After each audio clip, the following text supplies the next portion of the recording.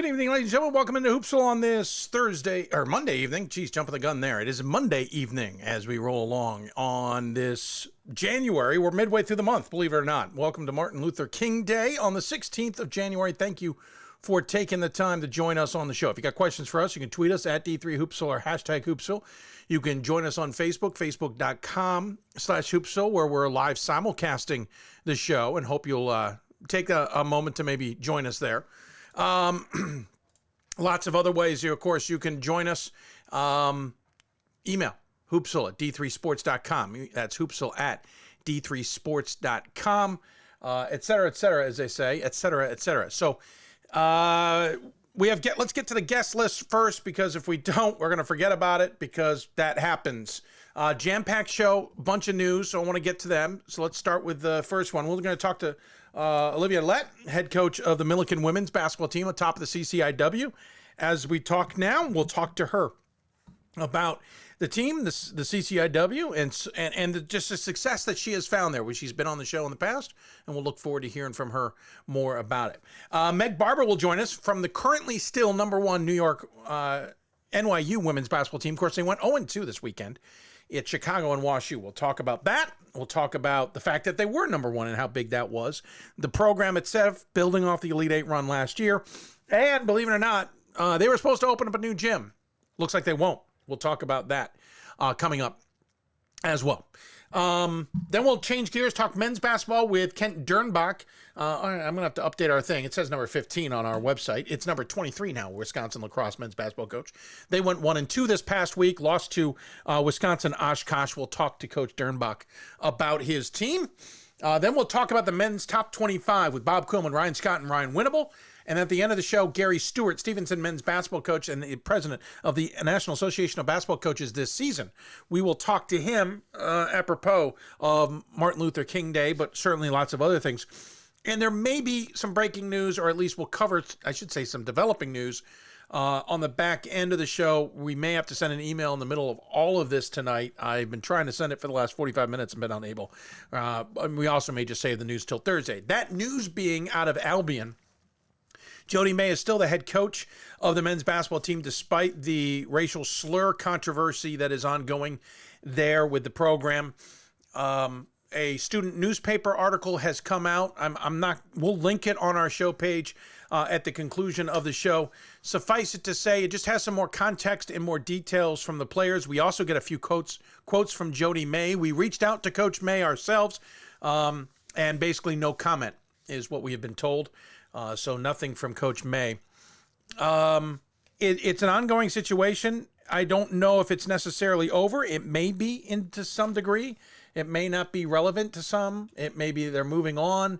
I don't want to certainly paraphrase anything there, but suffice it to say, it's still ongoing for some. It's still a topic of conversation for some. I think there's also a little bit of catching up to do. And that's certainly significant for a lot of people. They want to understand a little bit of the dynamics of the entire thing. So anyway, we're going to continue to stay on that. Worst case scenario, we'll move some of our coverage with that onto Thursday's show to try and dive into it deeper. But again, good article from the student newspaper there at Albion, and we'll see if we can get some more context to it. But we at least hear from Jody May in those quotes for the first time, and some others. Pivot. The other conversation that is ongoing is Concordia Chicago. That continues.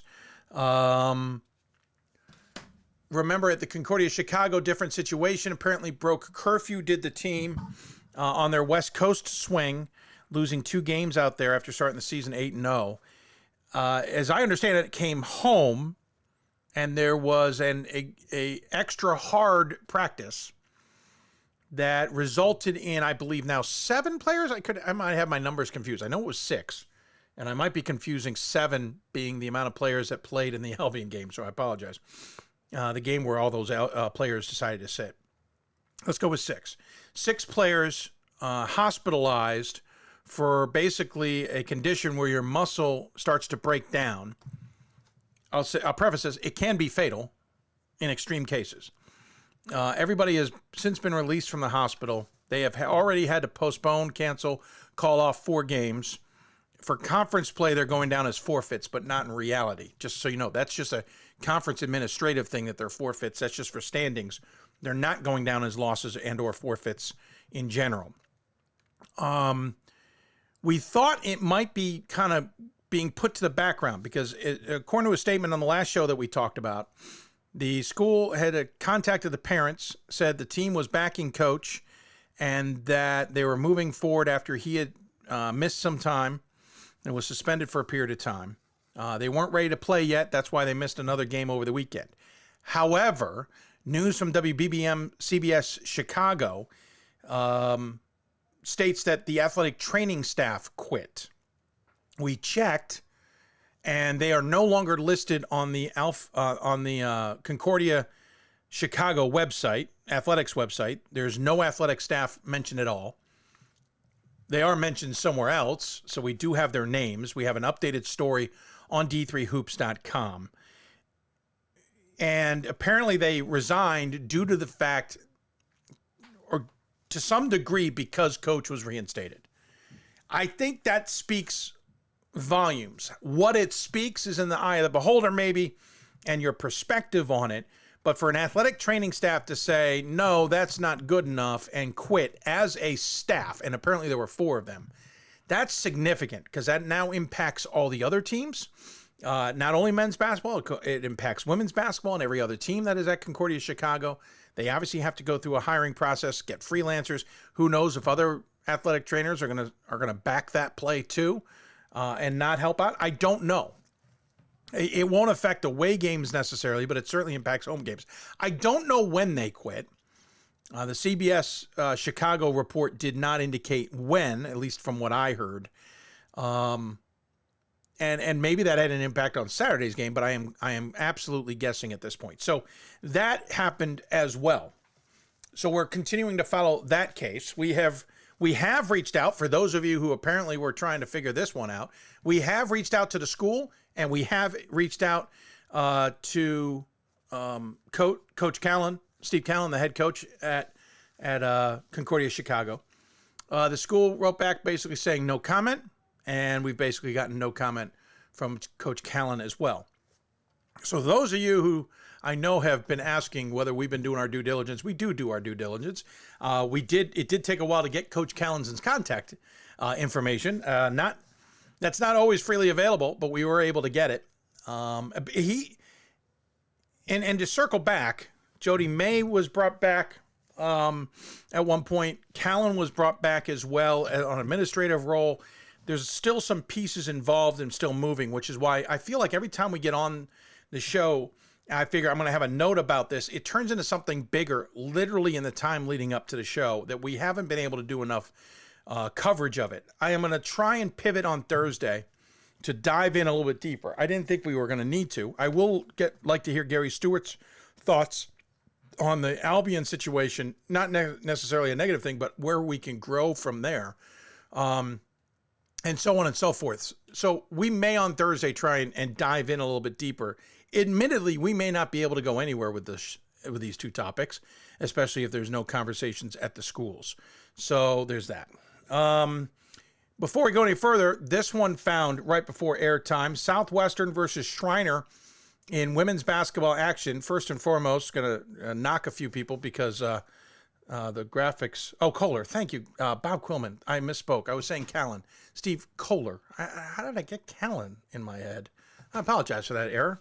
Yeah, Steve Kohler. Koller. I'm not sure. I said Callan. Oh, thanks, Bob. Live updates. This is my producers sometimes, right on my phone, listening to the show and correcting me. I said to Pat, I need about 6 producers at this point in time with this show. It's gotten crazy to do it properly. Anyway, Shriner Southwestern women's basketball at Southwestern, despite what our graphics say. Shriner is leading by 21. 16 seconds left to go in the third quarter. You and I are going to watch this together for the first time. I have details as to what happened. There was a push, a tackle, and we'll go from there. But I have not had a chance to watch the video. Thanks to Pat Coleman, he was able to get this up and running for me. So bear with me. I'm going to drop our graphic as well, go to the video, and play it for you. So there was a push. So there it is, late in the third. We're going down the other direction now. Leading team up by 21. Shot. Ooh, hard collision there for sure. And then some words. A push. Oh, a little tackle. Some punches thrown. You can clearly see punches thrown on the baseline there. Somewhat benches clearing, because I do see a few players coming off the benches for both teams. A handful there for Schreiner, and there were a couple coming from the other direction from Southwestern as well. That is not pretty, to say the least. We'll take another quick look at it. I'm going to jump back here. That's a little late. Apologize. Here we go. Coming the other direction. 33 has the ball going up against 24. Misses the layup. 24 battling the rebound with 25. Hits the deck hard. 15 must have said something. She and 25 start going at it. Then 5 and 25 are going at it. 25 throws a punch, and it's melee from there.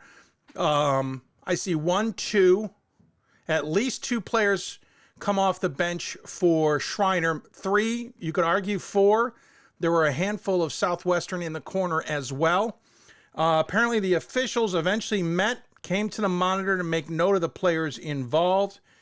We don't know if there were ejections, or I'm sure there were. It took 16 minutes before this was finally cleared up.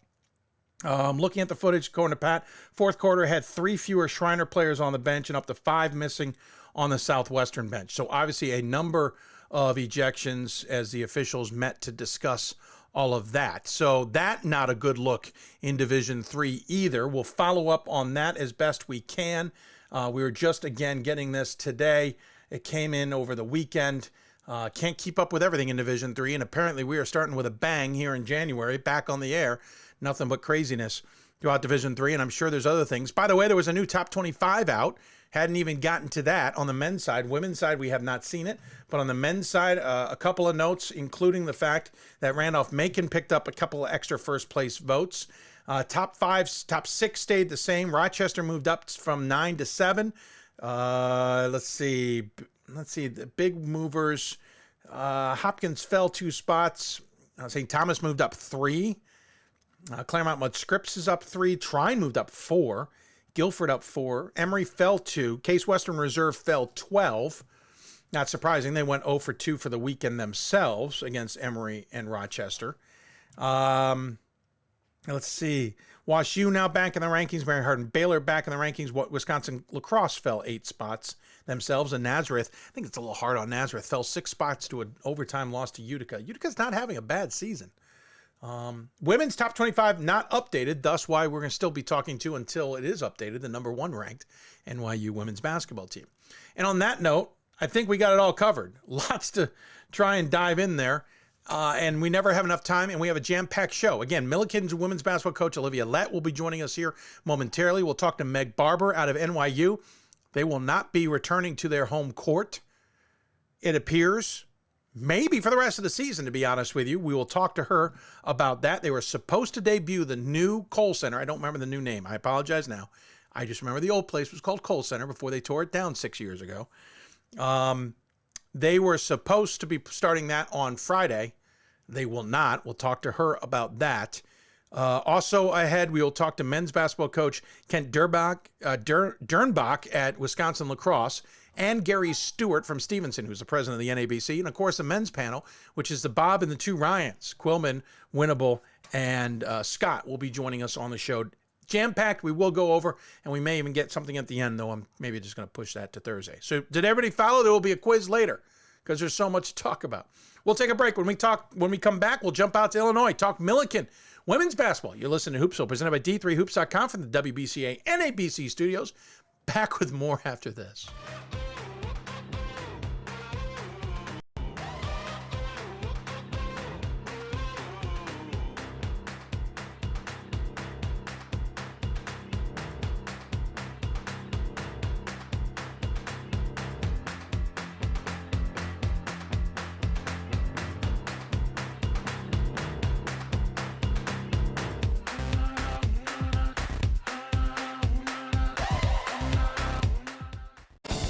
These are your teams, your players, your community of fans. This is where they play, where they practice, where you cheer. At every meet, every event, every game.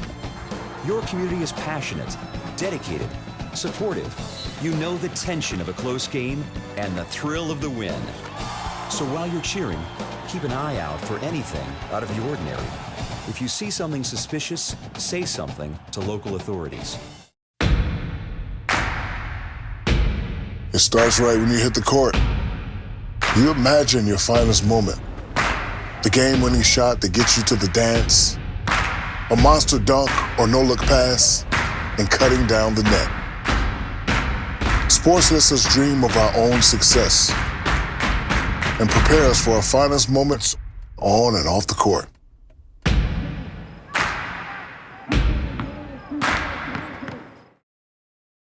We've got more schools than Division I, more fans than Division II, and more upsets than March Madness. There's 800 programs with over 11,000 games leading to 2 national championships. And we've been covering it all for over a decade. From Eastern to Occidental, from Puget Sound to Piedmont, from Southwestern to the University of New England, and from Hope to Calvin. Nobody covers Division III basketball like we do. We're at d3hoops.com at www.d3hoops.com. It's on us to stop sexual assault. In any way that we can. To get a friend home safe. To never blame the victim. It's on us. To stand up. To make our community safe for all. It's on us. It's on us to look out for each other at parties. It's on us. To be more than just a bystander. To step up and say something. It's on us. All of us. To stop sexual assault. Learn how and take the pledge at itsonus.org.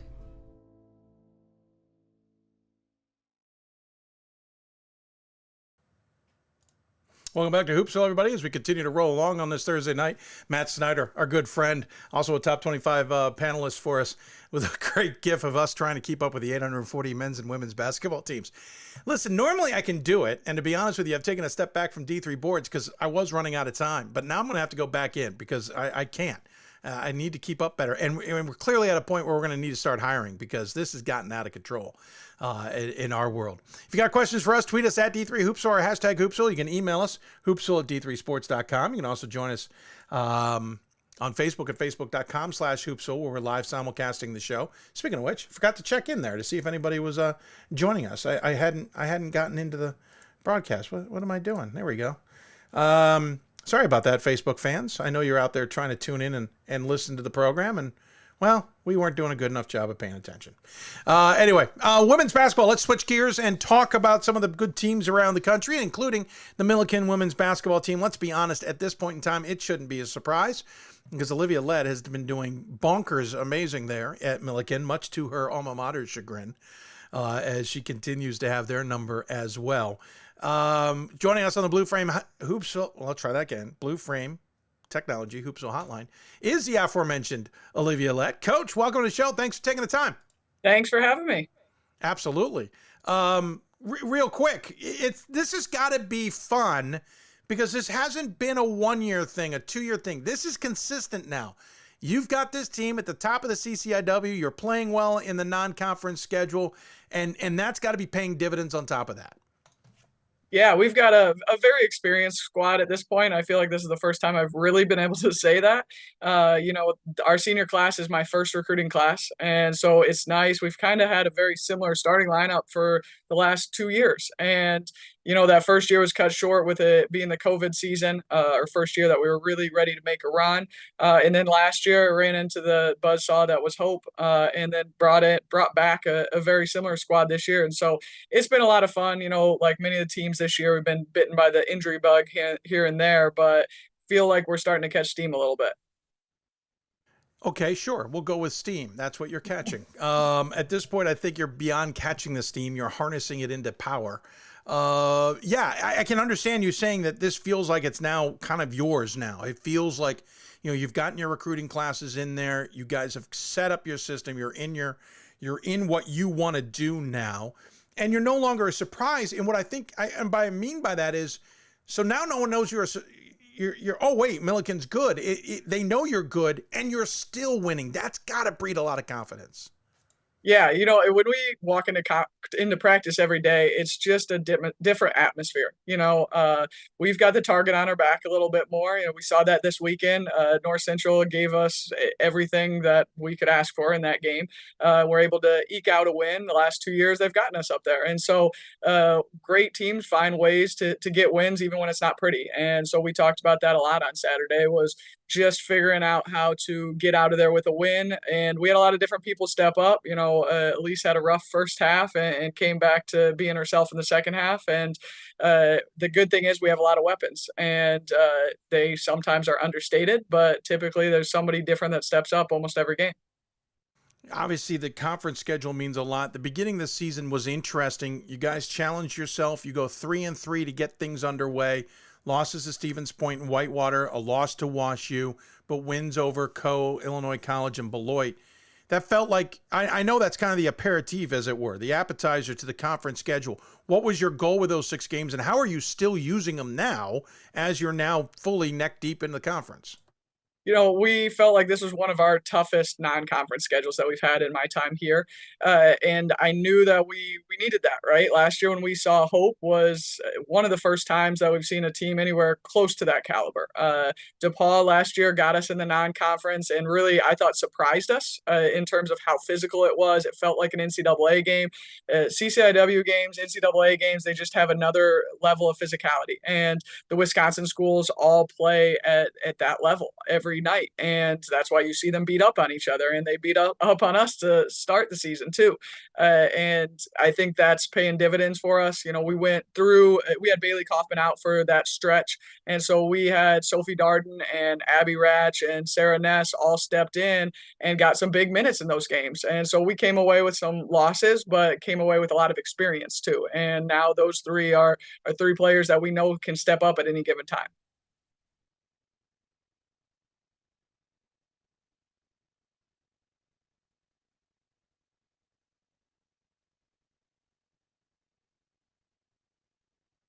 Dave, I can't hear you now. No, you're right, because I didn't hit the mute button. Good call. Good call, Coach. Nobody could hear me. Obviously, 10 straight wins since then was what I was talking about, and it's working out well. The CCIW is a bear. It's always tough at the top. What's the challenge now, though? Because it feels like the CCIW has changed a bit. Obviously, it's pivoted to you guys at the top, but what's the dynamic in conference now? And we should let people know, if they don't, you know this well, you played in the CCIW at Illinois Wesleyan. How's this conference changed to now? I think that any given night, somebody can knock somebody off. And I know people said that when I played too, but I do think it was very top and bottom heavy at that point. And it's not really anymore. Now we've got different teams at the top. Carroll and Augie and Wheaton was there when I was in school as well, but Carroll and Augie are just competitors that play at a really high pace too. Carroll wasn't in the conference when I was a player, but Augie has really changed their speed, and they've got some real talent there right now. Carroll just brings another dynamic to the league too. And I think because any given night somebody can knock somebody off, it just makes it a lot different. There's not really very many easy games in the conference. Like I said, the last 2 years we've lost to North Central, and they finished at the bottom of the conference. And so it really is anybody could beat anybody on any given night. Well, of course, in conference play, it's familiarity too, which breeds in a whole nother aspect of that. 7-0 though in first place in the conference, certainly playing well. I want to talk a little bit about the players. Let's start with Knutson, the All-American, ranks first in the NCAA in field goals made as of the 13th of January, so a couple of days ago. First in points scored as well. Obviously moving up the Milliken scoring list. She's 14th all time with 1,200 points plus in 59 games. I want to talk about a little bit of the side with her about NIL, but first, tell me about her as a player, what she's contributed to this team, what it's meant to this team, and how that's also kind of rippled down to everybody else. Elise is a special player, and I think anybody that sees her play, anybody that competes against her, anybody that plays with her would tell you the exact same thing. She just has something about her that draws people to her and makes them want to compete with her, and just can do some unbelievable things on the floor. And I think we saw that in the Wesleyan game. Just her excitement and her emotion really, really came through. One of her more exciting games of her career. And I think just what she brings to the crowd too. Everybody in the stands loves her, not just because of the way that she plays, but because of the way that she interacts with them. And I think that makes her even more of a special person and a leader for our team. And we talk a lot about roles on our team. And there was an article that just went out about Chelsea McCollum, and she really talked about that. And she said, you need somebody to score 20 points a night. That's going to be Elise. You need somebody to take 4 charges a game. That's going to be Miranda. You need somebody to get defensive stops and a few baskets here and there. That's going to be me. And so they really own their roles. And Elise has understood that her role is to score points for us. And she's got her nights where maybe it's not perfect. North Central being that the last couple of years. She was taking it tough in the first half, and I kind of pulled her aside and just said, kid, you got to relax and you got to enjoy this. And then she went 8 for 11 in the second half. And so she's just one of those players that can do that at the drop of a hat. Talking with Olivia Lett, head coach of Milliken. You talk about that article with Chelsea McCollum. We'll link that on the show page a little bit later, but it talks a lot about the family atmosphere there, and you hinted at it a little bit. How much is that dynamic important, including the fact this is your first recruiting class, so in some cases they're the ones responsible for making sure whatever your vision was is put in place as bedrock, that you've got to be thrilled with how it's developed, but how important is that family? Yeah, they develop this culture. You can say what you want as a coach, but if the players don't do it, that's not it doesn't develop, right? They're the ones that are in the gym on Sunday getting treatment and getting shots up. They're the ones all summer that are getting in here, or all fall they're in here on the weekends. They're the ones that have a 3.71 fall GPA, that already have job offers, that even when there's recruits on campus that aren't going to play with them as seniors, they're very involved in that recruitment process because they want the culture to live past them, and they want it to be a family, and they want it to continue. Last year, I really wanted to make sure that we enjoyed whatever part of the NCAA tournament that we got to do. And we went out, we bought this giant speaker named Betsy, and we brought her with us everywhere on the bus. We brought her into the gym. We literally had a dance party for some of our practices. And so it just made some of those moments that everybody talks about. Afterwards, you talk about the good old days. We try to make sure that we're enjoying the good old days while we're in them. And I think that really helps create that family atmosphere. Oh, that is awesome. I love that dynamic. Again, I'll come back to Elise on something first, but again, on your senior class, one little note shared with me by your sports info guys. Bailey Kaufman missed the first 12 games due to a broken jaw. First off, ouch. Second off, I'd be fascinated to find out if it's a good story. But third, how important is it to get her back in, clicking with the team, knowing that this is technically her November? Or am I wrong? Has she been a little bit more active than that? Oh, no, you're right. Bailey is just a huge part of this team. As a leader, she's figured out how to be more of a vocal leader too. We talked about how you can be a leader by example, but that's assuming people are paying attention. And she really bought into that this year of being more of a vocal leader. And I think she was hitting her stride really as she got hurt. She had 21 points when we had our exhibition game at Eastern Illinois, and played really, really physical, and had herself in really good shape. And then next day in practice, we're trying to take it a little bit lighter. We're in a non-contact 3-man weave drill, and the group in front of her messed up. We're supposed to clear the court, didn't, and she ran into somebody and just smoked them. And so non-contact drill, broke her jaw in 2 places, had to get plates put in, wired shut through Thanksgiving, got unwired. So that's uncool. Yeah, it's not even a fun story other than the fact that there was a lot of blood. Yeah, I'm sure. I'm sure there was a cleaning session to beat all cleaning sessions on top of that. But ouch, my best to her. Glad to hear she's coming back. To pivot somehow, and in a weird way, back to Elise, she got an NIL deal. And I say it's a pivot to everybody who don't understand. She got it with a group called Peerless Cleaners. I don't think they had anything to do with cleaning up that after that injury. But Listen, you're a former student athlete. I certainly was, but I was in the 90s. You were kind of near the end of that old way of doing things, and now here's this new group with NIL deals and stuff. Division III, it's not that popular, but give us a little sense of, her NIL experience and what that has meant, maybe even in recruiting. Yeah, I think that it's something that, she's obviously very involved in. I don't know all of the details with it. We're not really allowed to, but also at the Division III level, there's only so many people to be involved with certain things that actually understand what's legal and what's not legal. And so, Peerless kind of came to her and wanted to do this. And so then we had to navigate through exactly what that looks like. And so, she got a monetary NIL deal, which I don't think at the Division III level is happening very much. And so she was able to get a couple $1,000s. And I think that's something that as a Division III athlete is really cool. Just to even be able to say that. Obviously, it helps on the money side of things. I think for us as a program, it looks good that we have somebody that's able to get an NIL deal, and that there's a business in town that wants to support our program in that way, and wants to support our student athletes in that way. I think the Decatur community in general has been phenomenal for our program. We had an amazing crowd at our game against Wesleyan the other day, and that just shows the relationships that these women have made in the community as well. Oh, great perspective on that, and I appreciate it. You're right. Not a lot of Division III athletes are getting them necessarily, but certainly a trend that could change. I think part of the NIL that not everybody realizes, they can also just earn some money on the side. It just may not be through actual deals and stuff. It just opens up the playing field a little bit.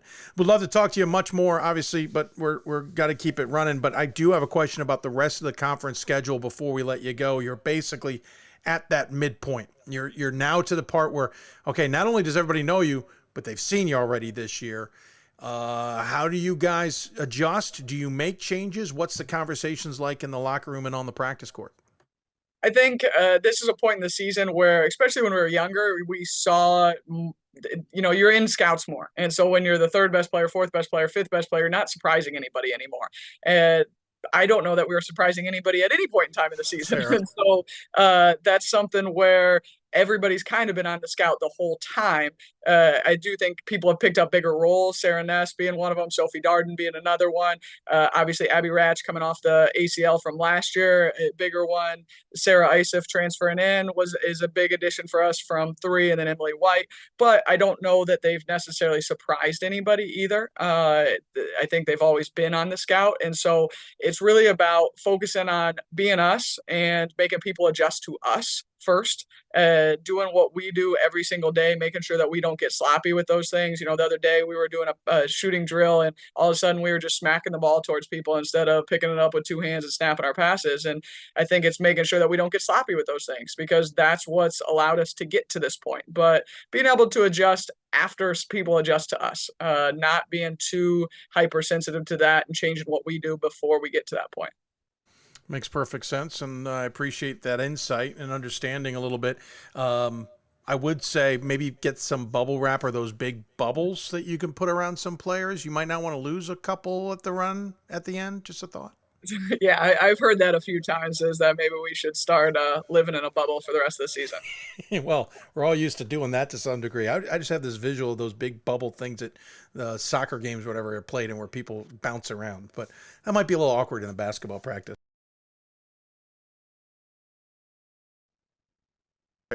Sorry about that. I hit an enter button and we lost everything. There we go. We're back. This is what happens when you produce by yourself. Coach, appreciate the time. Congratulations. Awesome job with what you've been able to do at Millikin. I know it's hard work, and you've certainly made it look easy, and I don't mean that as a negative. I mean, that has just been tremendous how you did that. As always, we give Coach the final word. Any final thoughts you want to share with those tuned in?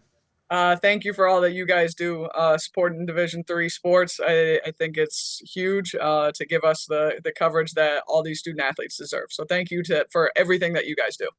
Well, thank you. It's a lot easier when coaches like yourself are willing to come on and talk. So we appreciate it as well. You take care of yourself is what I was trying to get to.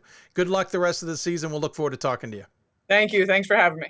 Absolutely. Olivia Lett joining us on the Blue Frame Technology Hoopsville Hotline. I should point out, by the way, coaches can't see me on these interviews due to a Zoom change and an update that I should never have updated to. So they're doing yeoman's work, hearing just this random voice coming through their computer. So I appreciate their time to do that. Real quick, they play Elmer's. That will be the last game of the front side of the double round robin in the CCIW.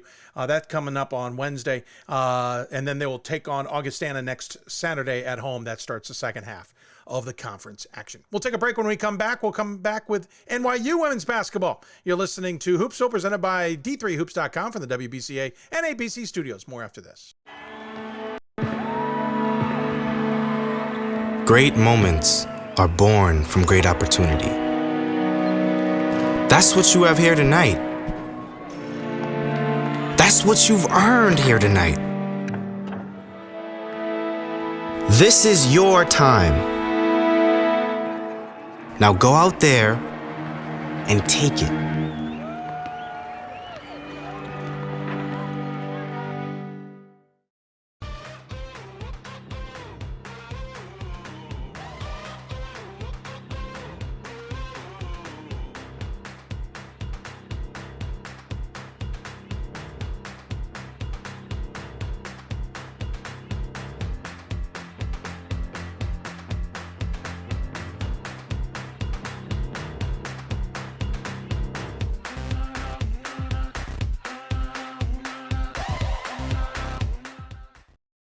It's on us to stop sexual assault. In any way that we can.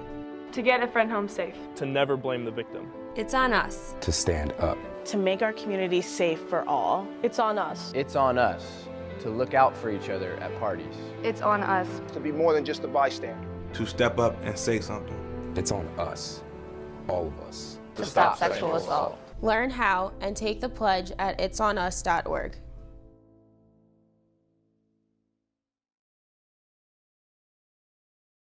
There are over 480,000 college athletes. Only 2% will go pro. That means over 470,000 will not get a shoe contract. No autographs. No private jets. No fan clubs. No Hall of Fame inductions. Instead, they will walk away with something much more valuable.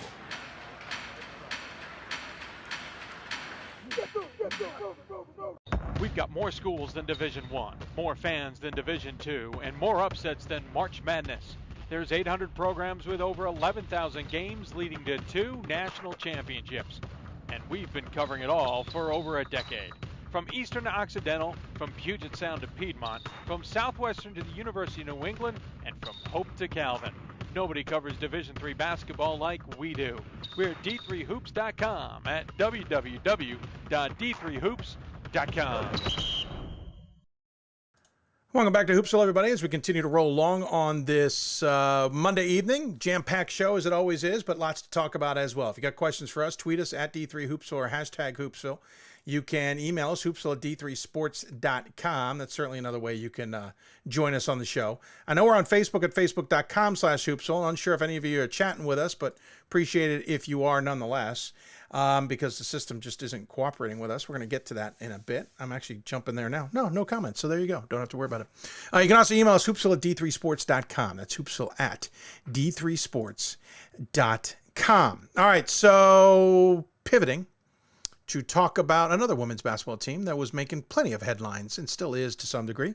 New York University women's basketball team was the #1 ranked team and still technically is as we broadcast this, though I do know the new top 25 is done. It's just not published yet. And I do know, oh, there we go. I have it. They have fallen out of first place due to 2 losses this weekend on the road at Chicago and WashU. They've officially fallen to 8th. The graphic's going to be wrong here. I had put question mark because I didn't know the number, but Gordon has gotten it to me, so we will at least update that momentarily. The other part of the story is they were supposed to start be officially at home to play basketball after 6 years of the Kohl Center having been knocked down. That has been put on pause just when they were ready to open up the doors officially. So joining us to talk about all of that is Meg Barber, the head coach of the 8th ranked New York Violets women's basketball team. Meg, first and foremost, thanks for taking the time to join us, especially after a tough weekend. I really appreciate that.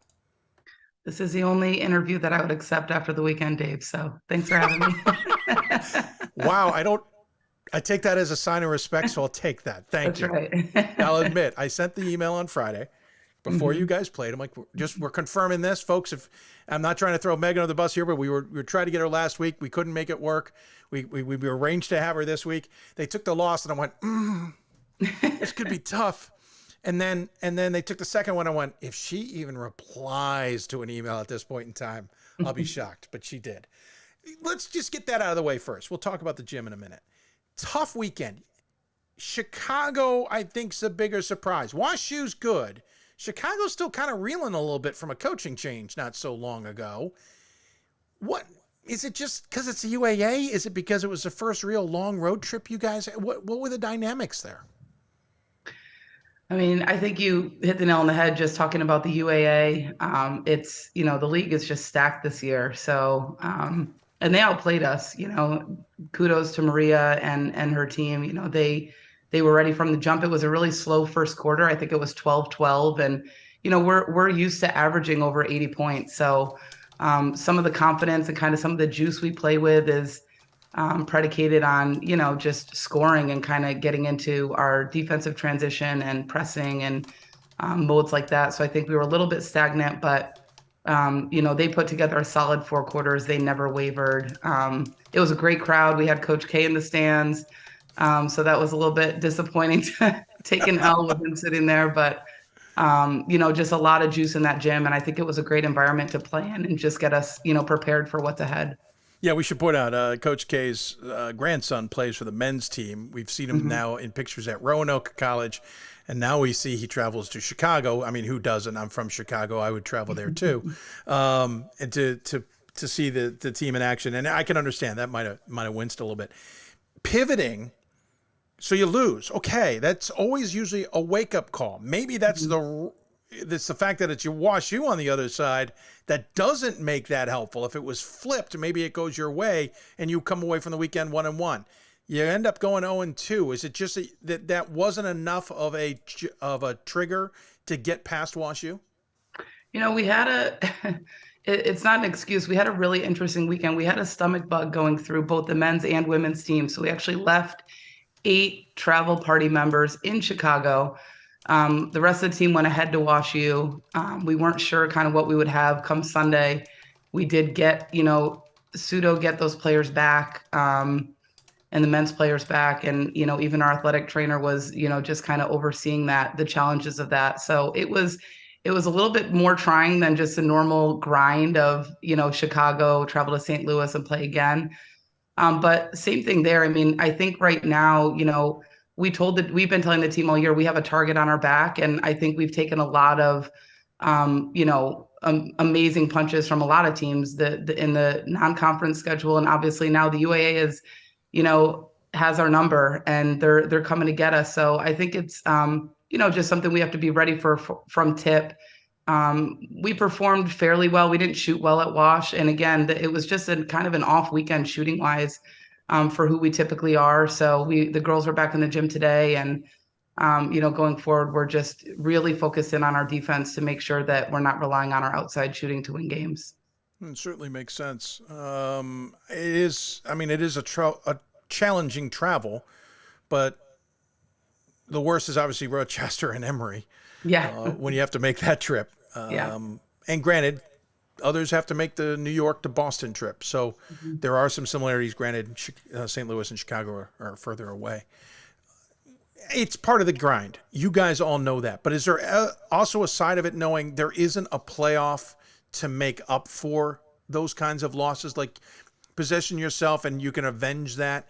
Now you're literally down the 2 games. The rest of the conference schedule takes on a whole nother look. I certainly for our coaching staff, it does. We don't talk a lot about, looking at the overall season. We're a 1 game at a time team. And so we have Emory who's playing outstanding. We have Rochester on Sunday. It's another huge weekend. The UA is really stacked this year and obviously really tremendous coaches. So I think, you want to pull some road wins and certainly then protect your home base when you have teams coming into New York. So, that's the biggest thing for us, but it certainly, the road doesn't get any easier, looking ahead. And we do get another shot at Wash and Chicago, who are both playing very well. I think Wash, Maya Arnott was their top post player, was out for a while when they took a couple losses, but they are a really hot team and, play really tough. It was a very low scoring game. They play great defense. So again, I think for us, it's not relying on, hitting outside shots and just, making sure that we can get it done on the defensive side of the ball. You talk about being able to make it up, as it were, against Wash U in Chicago at home. Mm-hmm. But you're supposed to open up the new place on Friday. What we've been told is that a pipe burst somewhere, over, under, beside, doesn't really matter, flooded the brand new court.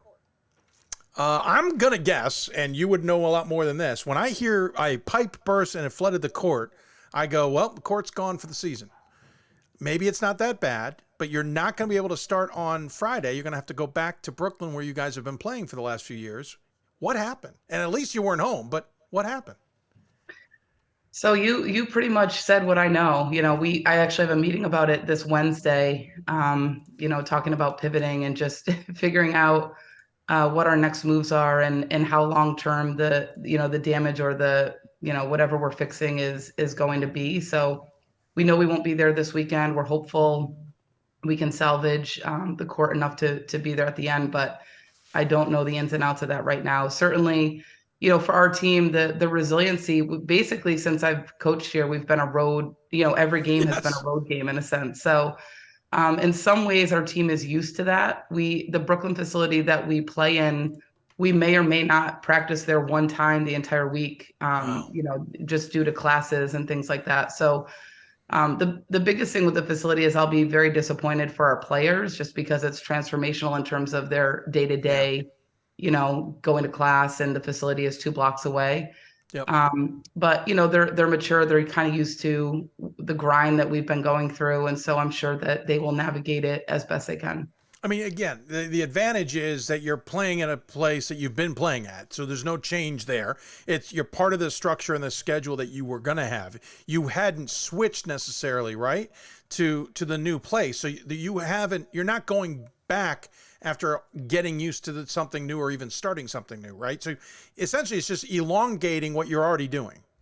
Yeah, we played UAA games last year at St. Francis, Brooklyn. Right.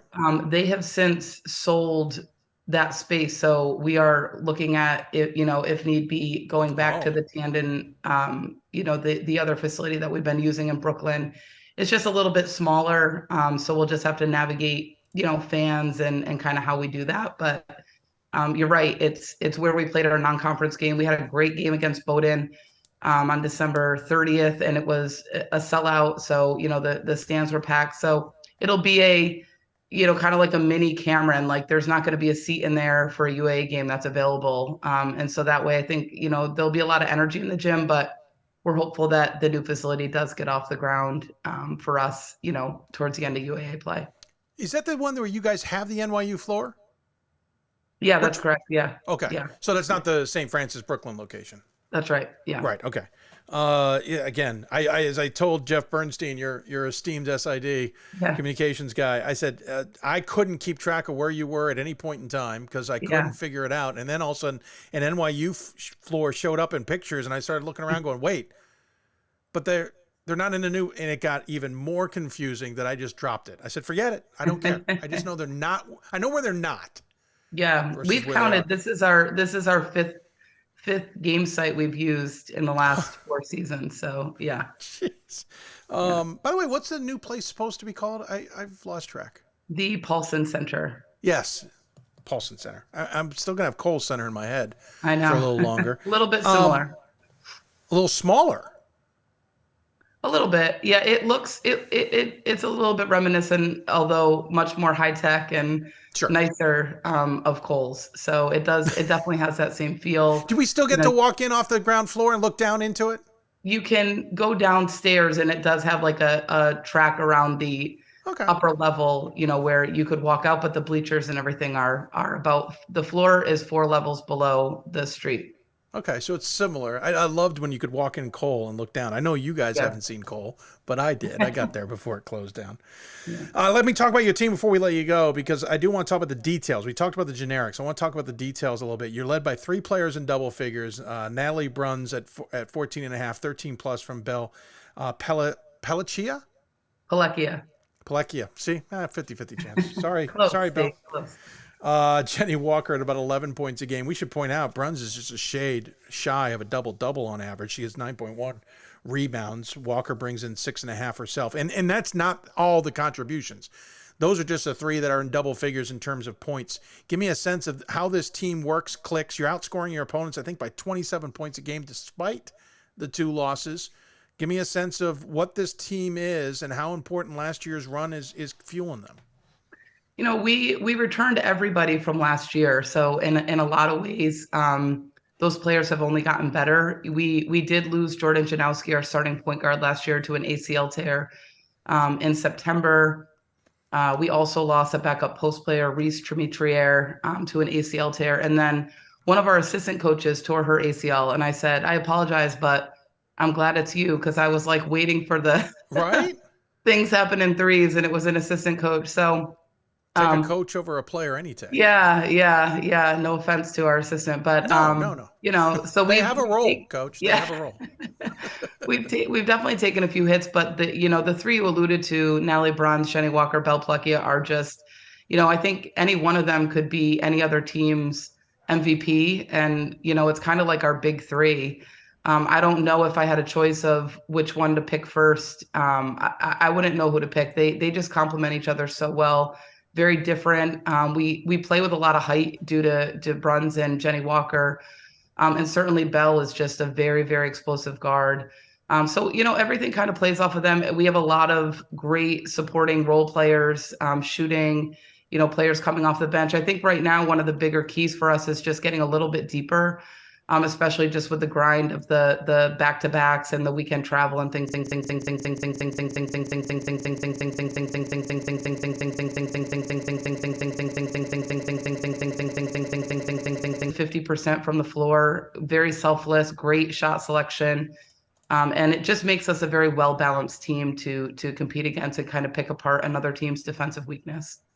Interesting take at it. I mean, obviously losing those players from such a pivotal run is tough, but you lost them early enough to give your team kind of that time to build back from it and get better. And you did make it to number 1. Let's be honest. That is no small feat, especially in Division III women's basketball, where Hope has dominated that category. And there are certainly others like Amherst and the like who have dominated the number 1 ranking in recent years. I know you guys, at least from the outside, made a big deal of that. How big a deal was it internally? I was happy for our players. Just, I think anytime you can just get that recognition, I said, the most important one is the last one, right? So, last year we made a great run, and, I think the rankings in some ways, can help build confidence. But I thought this year did earn that spot. So I think for them, it was, a recognition of the work they had put in, and the run really reflective of the run they made last year, returning everybody from that team. But, the biggest thing for us is where we end up in March. So we did, we made a big deal about it. I think partly because I consistently as a player had to see WashU's name at the top of the D3 Hoops top 25. So I finally got to be on a team that was on top of, the rest of the league. But they exacted their revenge, though. Yeah. So it's, I'm really proud of our players for, like I said, not having a facility, the resiliency they show. And certainly their eye is on, this weekend right now, and hoping to be able to have a single-digit ranking when we get to the end of this thing this year. Yeah, it would certainly be great. And obviously building off that Elite 8 run from last year would be fun to see you guys get to the next level as well. Congratulations. I could talk forever with you about this, but we need to let you go, though you have a beautiful backdrop. I could keep looking at that a little longer. Brooklyn. And I know you want to figure out what floor you might be playing on sometime in the near future. Okay. Hopefully it's not as bad as I fear, but we know eventually you'll be there, and that'll be fun nonetheless. Thanks for the time. As always, we give the coach the final word. Any final thoughts you'd like to share with those tuned in? I just appreciate all that you guys are doing to keep an eye on, Division III, even the new rule changes and seeing your presence on social media. I think there's a lot of excitement ahead, for D3 hoops. And I also want to give a shout out to our league that has already obviously challenged us, but it's absolutely stacked. And I'm really excited to just be a part of a great group of coaches and a lot of talented student athletes, and excited for both the road trips and whatever our home court quote advantage is as we go into the next couple games. So home, whatever court we are on, advantage. Yeah, that's a little different. I mean, that is an advantage to some degree. Yeah. Nobody else knows what floor you're on either. There you go. Yeah. Hey, Meg, thanks for the time. Take care. Good luck the rest of the way. Let us know what you guys end up finding out about the floor, because I think there's a lot of people who are interested. We're looking forward to NYU's new place, and in the rest of the season, enjoy it, and we'll talk soon. Thanks, Dave. Appreciate it. Meg Barber joining us on the Blue Frame Technology Hoopsville Hotline. Appreciate her taking the time to do so. And bum news about the court, but we'll hope for the best and hope that they get at least something they can play on, relatively speaking, here in the near future. But I mean, I don't mean this sarcastically. It may have come across that way, but what's one more season at this point? Though you feel for the seniors. You would feel for the seniors if they don't get a chance to get on that new court and enjoy it. We'll take a break. When we come back, we'll jump back into Wisconsin, talk to Wisconsin lacrosse. By the way, I have a question. You know how we shortcut Wisconsin Stevens Point to UWSP? Why don't we shortcut Wisconsin lacrosse to UWLC? It's UWL. I've always, as a result, spelled it like the sport, with no space, but there is a space. I digress. We'll take a break. Kent Dernbach will join us to talk about his team and what they're doing in lacrosse. And don't forget, still ahead, we'll talk men's basketball top 25. Gary Stewart will join us from Stevenson to talk about the NABC on this Martin Luther King Day. You're listening to Hoopsville, presented by D3Hoops.com from the WBCA and ABC studios. More after this. Coach of the Year, Administrator of the Year, All-America Team, Wade Trophy. The WBCA doesn't just honor coaches, but players, administrators, and much more. The WBCA strives to honor those who have contributed to the advancement of women's basketball. Celebrate the present, honor the past, look to the future.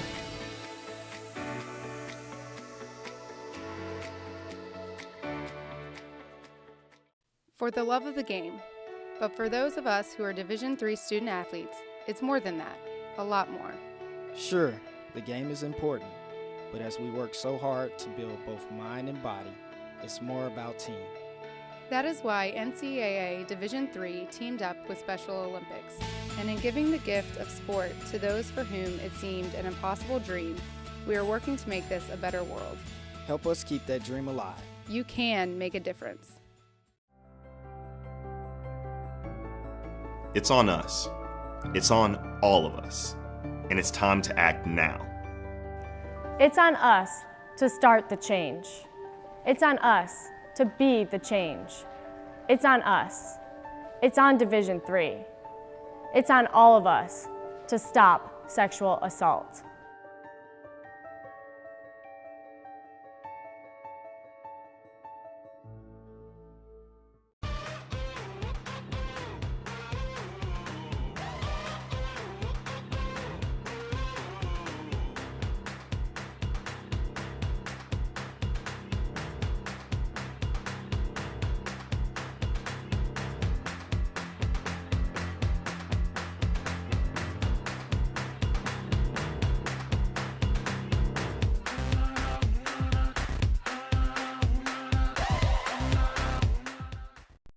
I learned a lot of valuable lessons playing college football. I never thought about the health benefits of exercise until I actually started to talk to coaches in college. It's not only just for performance, it's for life. My coaches instilled the importance of well-being, not only building up strength, mental health, getting enough sleep, eating properly is all what it is to be healthy. I decided that I want to go into personal trainer and share my knowledge that I obtained in college about physical and mental well-being. Oh, welcome back to, I missed punch there. You don't need to see Kent just yet. I gave away the farm. Welcome back to Hoopsville, everybody. Your host, Dave McHugh. I am Dave McHugh. I'm not the better looking one who you see on this show, but I am here.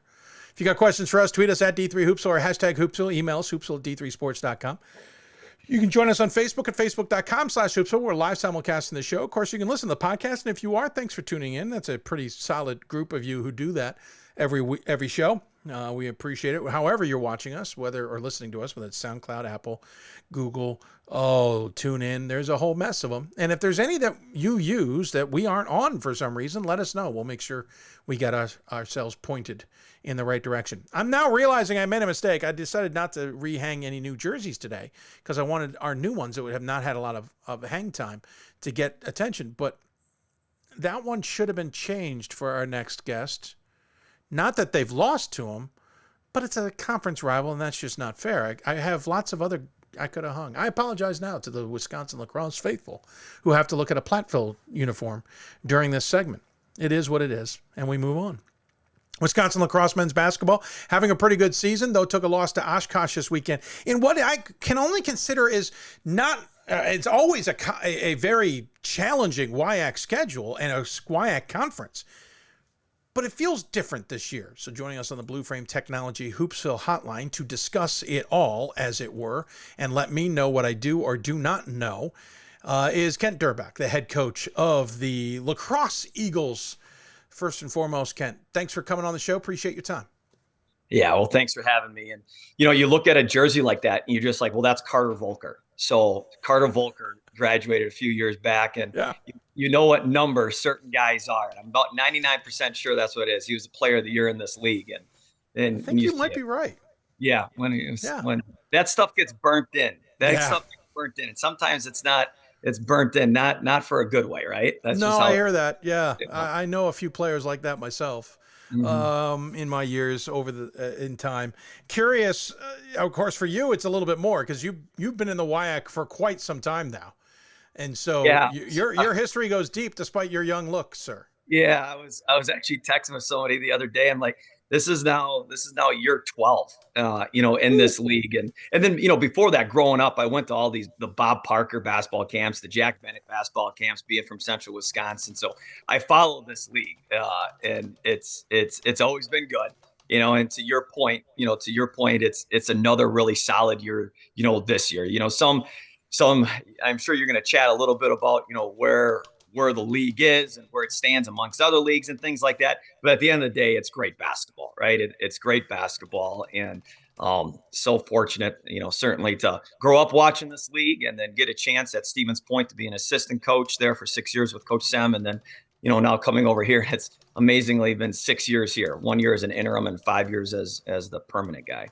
Admittedly, I've lost track. I was wondering that the other day, and I had to look it up to double check because, to some degree, I still feel like you're still new at lacrosse. But on another side, I realized no, it's been some time. You've definitely established things, and that's something to consider because, again, you're under Semling at Stevens Point, and I'm not dwelling on this, but you were there, and it basically pivoted out right as everything kind of was complicated. At Stevens Point. But you made an immediate impact. I think that's what jumped out to me. I got used to you as an assistant coach, and I knew you had a huge impact on the Pointers. But were you surprised even by how big an impact you made at lacrosse almost out of the gate? Well, we had a great group coming back, right? That's, I think coaches will say that, but when it's true, right? We had guys, Talbish McCray, Brendan Manning. Now we weren't picked, right? That first year, that interim year coming over, and I coached 39 straight games as an interim head coach. I'm not sure that can ever be touched again by anybody at any level. It's true. I forgot about that fact. You talk about some restless nights, with it when you're coaching 39 straight as an interim. But my thank God for my wife, right? We're yes, settling me down a little bit, but. We had some guys that didn't play, prior to me coming over, and not that they should have played or anything like that, but they rose up. And with Talbish McCray, it was Talbish McCray, Brendan Manning, and Ben Meinholz, along with a couple other guys. And we had them. We won a few more games than maybe we thought they did. They bought into the defensive end, and then it led to an NCAA tournament. That second year, and that did happen. Earlier than maybe what we thought.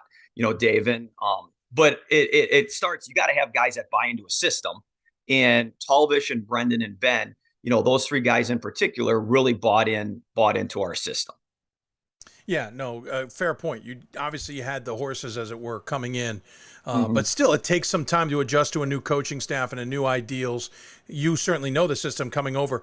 I totally forgot that you came in as an interim after being an interim for, 12, 13 games at Stevens. Yeah, at Stevens Point. I totally forgot you were the interim at lacrosse until you were officially hired there. Because who doesn't forget that, Dave? Who doesn't forget that? That's my wife, who lets me know that she was a single mom for 8 months with 2 daughters over there while I lived in an apartment here. So there's cards that can be played in a relationship, and I will never she'll never not play that one, right? She always has the cards when it comes to that. Yeah, good point. Actually, real quick before we go to the rest of it, did you ever feel at any point that you weren't going to be the lacrosse head coach, or that the interim thing was literally going to be interim, or not to dwell on it, but that the Stevens Point thing might catch up in some way that I don't know about, and could cause issues?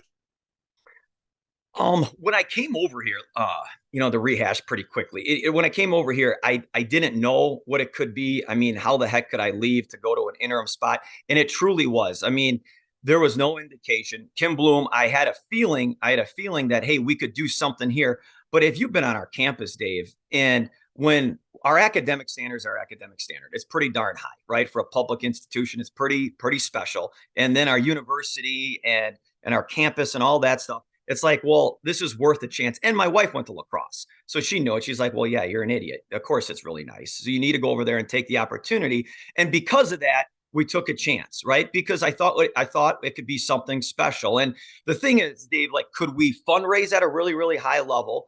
And could we recruit the best players in the state, and not just recruit them, get commitments from them? And we're still seeing the benefit of that. Ethan Anderson and Craig Steele were part of our first recruiting class when we came here. And those guys now, through 5 years, have been the main reason why this program has had its best 5-year run in 112 years, 113-year history, right? Ethan Anderson and Craig Steele are a huge reason for that, along with obviously every other guys that we've had, players that we've had. But those guys have stayed the course, and they've risen, the standard, of where we want to be. And you talked about this past weekend. Yeah, we had a tough weekend. But you know why we had a tough weekend? Because there's some emotion involved, that something's on the line, right? You want to play in games where it means something, right? Where it means something. And our guys over the past years have played in games, and they've put themselves in positions where games mean something. Where if you lose, you lost out on something. And if we come forward with it and we get the W when we play well, then you did something special. And that's what we're trying to continue to do, right? That's every coach's job, is like, can you get your team to have an emotion at the end of the year, good or bad, but that means you're playing for something and you're knocking on the door. And that's what we try to do each year. Oh, fair point. By the way, just a side note, I think your wife might have said idiot, or at least mine does, for a lot of different reasons. Yeah. I don't know, but I can see why she would have said it about taking the gig. But I'm assuming that's not a unique occurrence. No. And I have 4 daughters that will remind me. You're up to 4 now, sir? Yeah. Oh, yeah, guy. Oh, yeah. You see this? Oh, you're crazy. We had to finish this off because I needed just a spot for 2 minutes, maybe every now and then with it. Yeah, we'll get right to it here. Hold on. Let's talk about the team. Off to a 9-0 start. It was tremendous. Wins over St. John's and Marietta. Guilford, huge win. Certainly in hindsight. When then got into conference play, Whitewater and Eau Claire took wins. But then December 10th, kind of in the last 8, you're gone 500, 4-4. Trine and St. Mary's of Minnesota have taken you. Oshkosh this past Saturday, and Platteville. And the Platteville and Oshkosh games at home, and Platteville by. Sorry, what's the different dynamic other than it's conference play? Well, I mean, all 4 of our losses now have come at home, right? Where you're like, well, you're not going to have a very good year if you're losing games at home. Fortunately, we're 10-0 away from Mitchell, and we had that experience of going out to Marietta and playing in front of a great crowd there, and then trying, able to get Guilford on our home court, and then starting that week off getting St. John's, right? So like we were there. Now, if you would tell me like we're going to go 3-0 in that first stretch after losing 3 seniors, and close to 90 minutes a game, I certainly would have been very, very excited. I mean, I was excited about it. I'm not sure I was expecting that, Dave. But things happen. We shot the ball so well, early on. We were close to we were a 50-40, plus 80 team from the foul line. And if you do that, you're not going to lose a whole lot of basketball games if you're guarding a little bit, right? And that's what we were doing. We were guarding just a little bit there, but our offense was winning games for us. And but for the first years we've been here, we weren't that dynamic on that end. But when you're not that dynamic on the offensive end, you got to guard, right? You really, really have to be able to defend. And I think that then in hindsight, that probably set us back a little bit. And there's new experiences every year as a coach that you learn, and that's certainly one of them. Is I didn't realize how much being efficient on the offensive end and putting 5 guys out there would maybe hinder our defensive mentality. And then we've shown spurts of getting that back. And then, with it, Dave, just like every team, Meg was just on here talking about ACL injuries and so many things. We've had some injuries, and we've been having to learn how to play through those, a little bit with some different sort of how guys can get their own shot or maybe not be able to get their own shot now with their injury. And so we're battling, and it's a tough thing to learn when you're in the thick of things and you're playing programs that are well coached, like everybody in our league, and starting off with Trine and St. Mary's, who certainly have gone on to have some pretty nice seasons, right? It's not like they haven't earned those victories, against us. They've gone on and beat some other programs too. Oh, absolutely. All 4 teams that we talked about there, except maybe Platteville, and to be honest, I don't think that's fair either, are in the conversation. I got to see Platteville in Vegas, and they're a pretty darn good team. And as you said, and we'll probably be talking about them here coming up in the next segment, Trine and St. Mary's, and obviously Oshkosh in that conversation. But speaking of it, I want to get to the WIAC in a second. I don't want to pivot too early. We got to get you back to your daughters. Back to your break before your daughters. But I do want to talk about the team real quick. Austin Westra is leading the team at 15 points a game. Ethan Anderson at 14 points a game. Craig Steele at 10 points a game. And there's plenty of other contributors, because if you look at it, double digits in terms of guys playing, I think you're about 11 or 12 deep in that category. Give me a sense of that trio and what the rest of the team is like. Obviously dealing with injuries, but how does this team click when they're on the floor, and what makes them special? Well, when you can put 5 guys out there that can pass, catch, and shoot it, right, you have a chance to be special on the offensive end. What we're trying to work through right now is when it becomes a low possession game, or when we're not making shots, are we still willing to grind it out? Quite frankly, it's out there, right? Ethan Anderson is an All-American, right? He was an All-American last year for 2 straight years. He's a 3-time WIAC all-performer. Deja vu. Yeah, right. I know the CC. I got Quillman in my mind here, something. But I have. But then, in addition to that, he was runner-up for probably the Player of the Year the last 2 years, and he's dealing with 1 torn hip labrum. That happened sometime early on, and it started kind of affecting him, maybe late November, early December. And now since that time, he's torn the other one. And I can say it because I've talked to him about it and he's out there battling. But the thing is, we talk about, can you score the ball at different ways, right? Ethan was an All-American because he could shoot it. He could go off the bounce a little bit. He could post up and he could cut. Plus he could guard an offensive rebound, right? So you could score it all different ways. Well, he probably can't maybe do 1 or 2 of those ways as well anymore, but he's good enough to do other things. And when he's out there and he's still giving us 15 points a game in this league, and when he's the number 1 guy in the scouting report, that goes to show you how special that young man is, right? And he's had now games where he's had 6-7 assists, where he never had to touch that before because he was able to get his own shot. But, in addition to that, Austin Westra, a senior for us, that a kid that's just waited his turn. He's starting to get a great feel. And, Craig Steele, another great story with torn ACL. He had a rehab on his own through the pandemic. Just amazing things, right? That these Division III athletes do. But all of that together, along with, along with a Will Furman, for us, or a Jake Gross, a Torrin Hanna, Henry Newt, and the list goes on and on. They're college basketball players that know how to play. And we just have to feel comfortable that we can use one another. We can screen for one another. We can set screens for one another. We can use screens for one another. We can make plays for one another. And when we do that, we're pretty darn dynamic. When we don't do that, then we're just an average team, right? We're an average team, but it's a year, Dave, that we are an unfinished product. We're going to get better as the year goes on. And in fact, I think we're going to be a better team come into February with what we're dealing with Ethan than we would have been if he would be healthy, because it's going to rely on having 5 guys out there consistently, that are threats and can trust one another when we get to that point. And I have no doubt we're going to get to that point. When we get to that point, that's going to be pretty special. And I've seen that work, during my time at Stevens Point, right? I mean, that's a recipe for success when you can put 5 guys and come guys with off the bench, that feel comfortable and confident out there. Yeah, it certainly makes sense in that realm. And listen, 4 losses at home, it stinks, but in a twisted way, if you're going on the road in the conference tournament, or if you're lucky enough to get to the NCAA tournament, you know that you're comfortable being on the road. Talk about the WIAC for me for a second before we let you go. Listen, we're used to 2, maybe even 3 teams in the top 25 conversation. It feels a little different this year. You got Oshkosh leading the way at 5-1 in conference, but they're 12-5 overall. You're 4-2 along with Platteville. You're 13-4. They're 11-6. Whitewater's 3-3. They're 12-5. Eau Claire's 3-3. They're 11-6. It doesn't feel like there's any world beaters. Now that's also across Division III. Don't get me wrong. Mm-hmm. Is it different? Is it just a lot of good teams this year that are going to beat up on each other, or are we missing some of the diamonds that we should be watching for?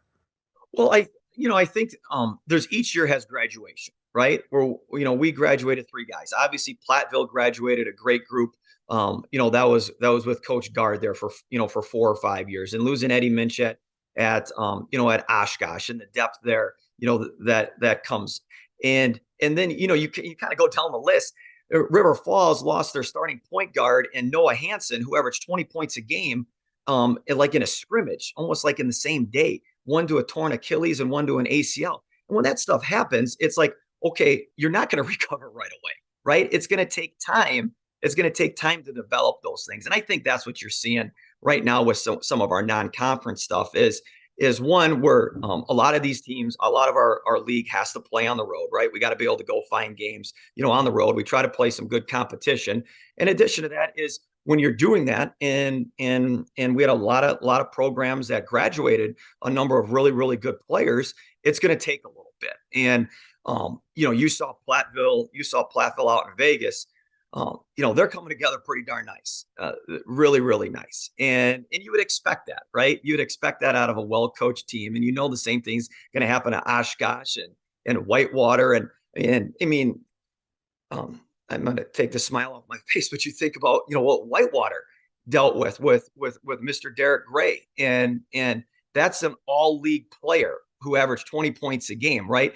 You just don't recover from things like that immediately, right? It takes time. And for them to go out and get Heidelberg early on, it's a heck of a win on the road, right? So, I don't want to say that our league is any more down or up than other years. Yeah, we don't have somebody that's ranked as high, and we took a couple losses in the non-conference, but like any league, we think it's great, right? We think our league is great, and it certainly proves to be that kind of night in, night out.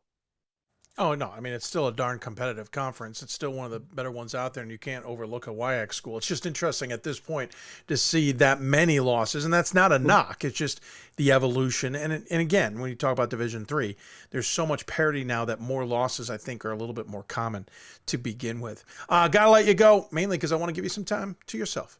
And I appreciate the time you gave us. As always, we give the guests the final word. Any final thoughts you want to share with those who might be tuned in? We were talking about this before, Dave, but it's so special, when you're around college basketball, to have families be able to come in, right? To have really good and be able to follow their kids. That's what's so great about, recruiting local and things like that. They come in and 3 hours away, mom and dads can be able to come there. But the same is true, right? For coaches, athletic trainers, athletic directors, SIDs, all of that stuff. And, you mentioned your dad being 85 and losing him. Like, that's really special stuff to have somebody in your life that long. And there's so many unique things about Division III, and certainly one of the most unique things about Division III is that it really is a family, right? It really is a family. You have families within your program. Our program is a family, and it's a community. And the Division III community is a family, right? Where we're there for one another, and we do support one another. And it's just so darn unique, right? To be able to do that, because we all do this for the love of the game, right? We all do this for the love of the game and the student athletes. And, condolences to you and what you've been dealing with and with it. And I think it just highlights another thing that's so special about this level. Well, thanks. I appreciate that. No, I agree with you. I think that is what I've always found special about this level is the camaraderie and the family, win or lose.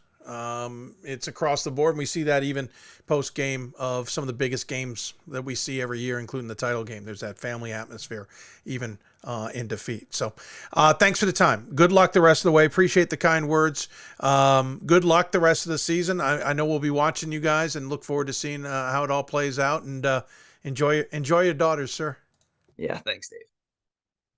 Absolutely. Appreciate it. Here's Ken Dernbach joining us. I can't believe it's sixth season as head coach at Wisconsin Lacrosse. Congrats to him and the team. We'll look how it plays out. We'll take a break. When we come back, we'll get the top 25 panel together and discuss a little bit of what we just talked about with Ken. You're listening to Hoopsville, presented by D3Hoops.com from the WBCA and ABC studios. These are your teams, your players, your community of fans. This is where they play, where they practice, where you cheer. At every meet, every event, every game. Your community is passionate, dedicated, supportive. You know the tension of a close game and the thrill of the win. So while you're cheering, keep an eye out for anything out of the ordinary. If you see something suspicious, say something to local authorities.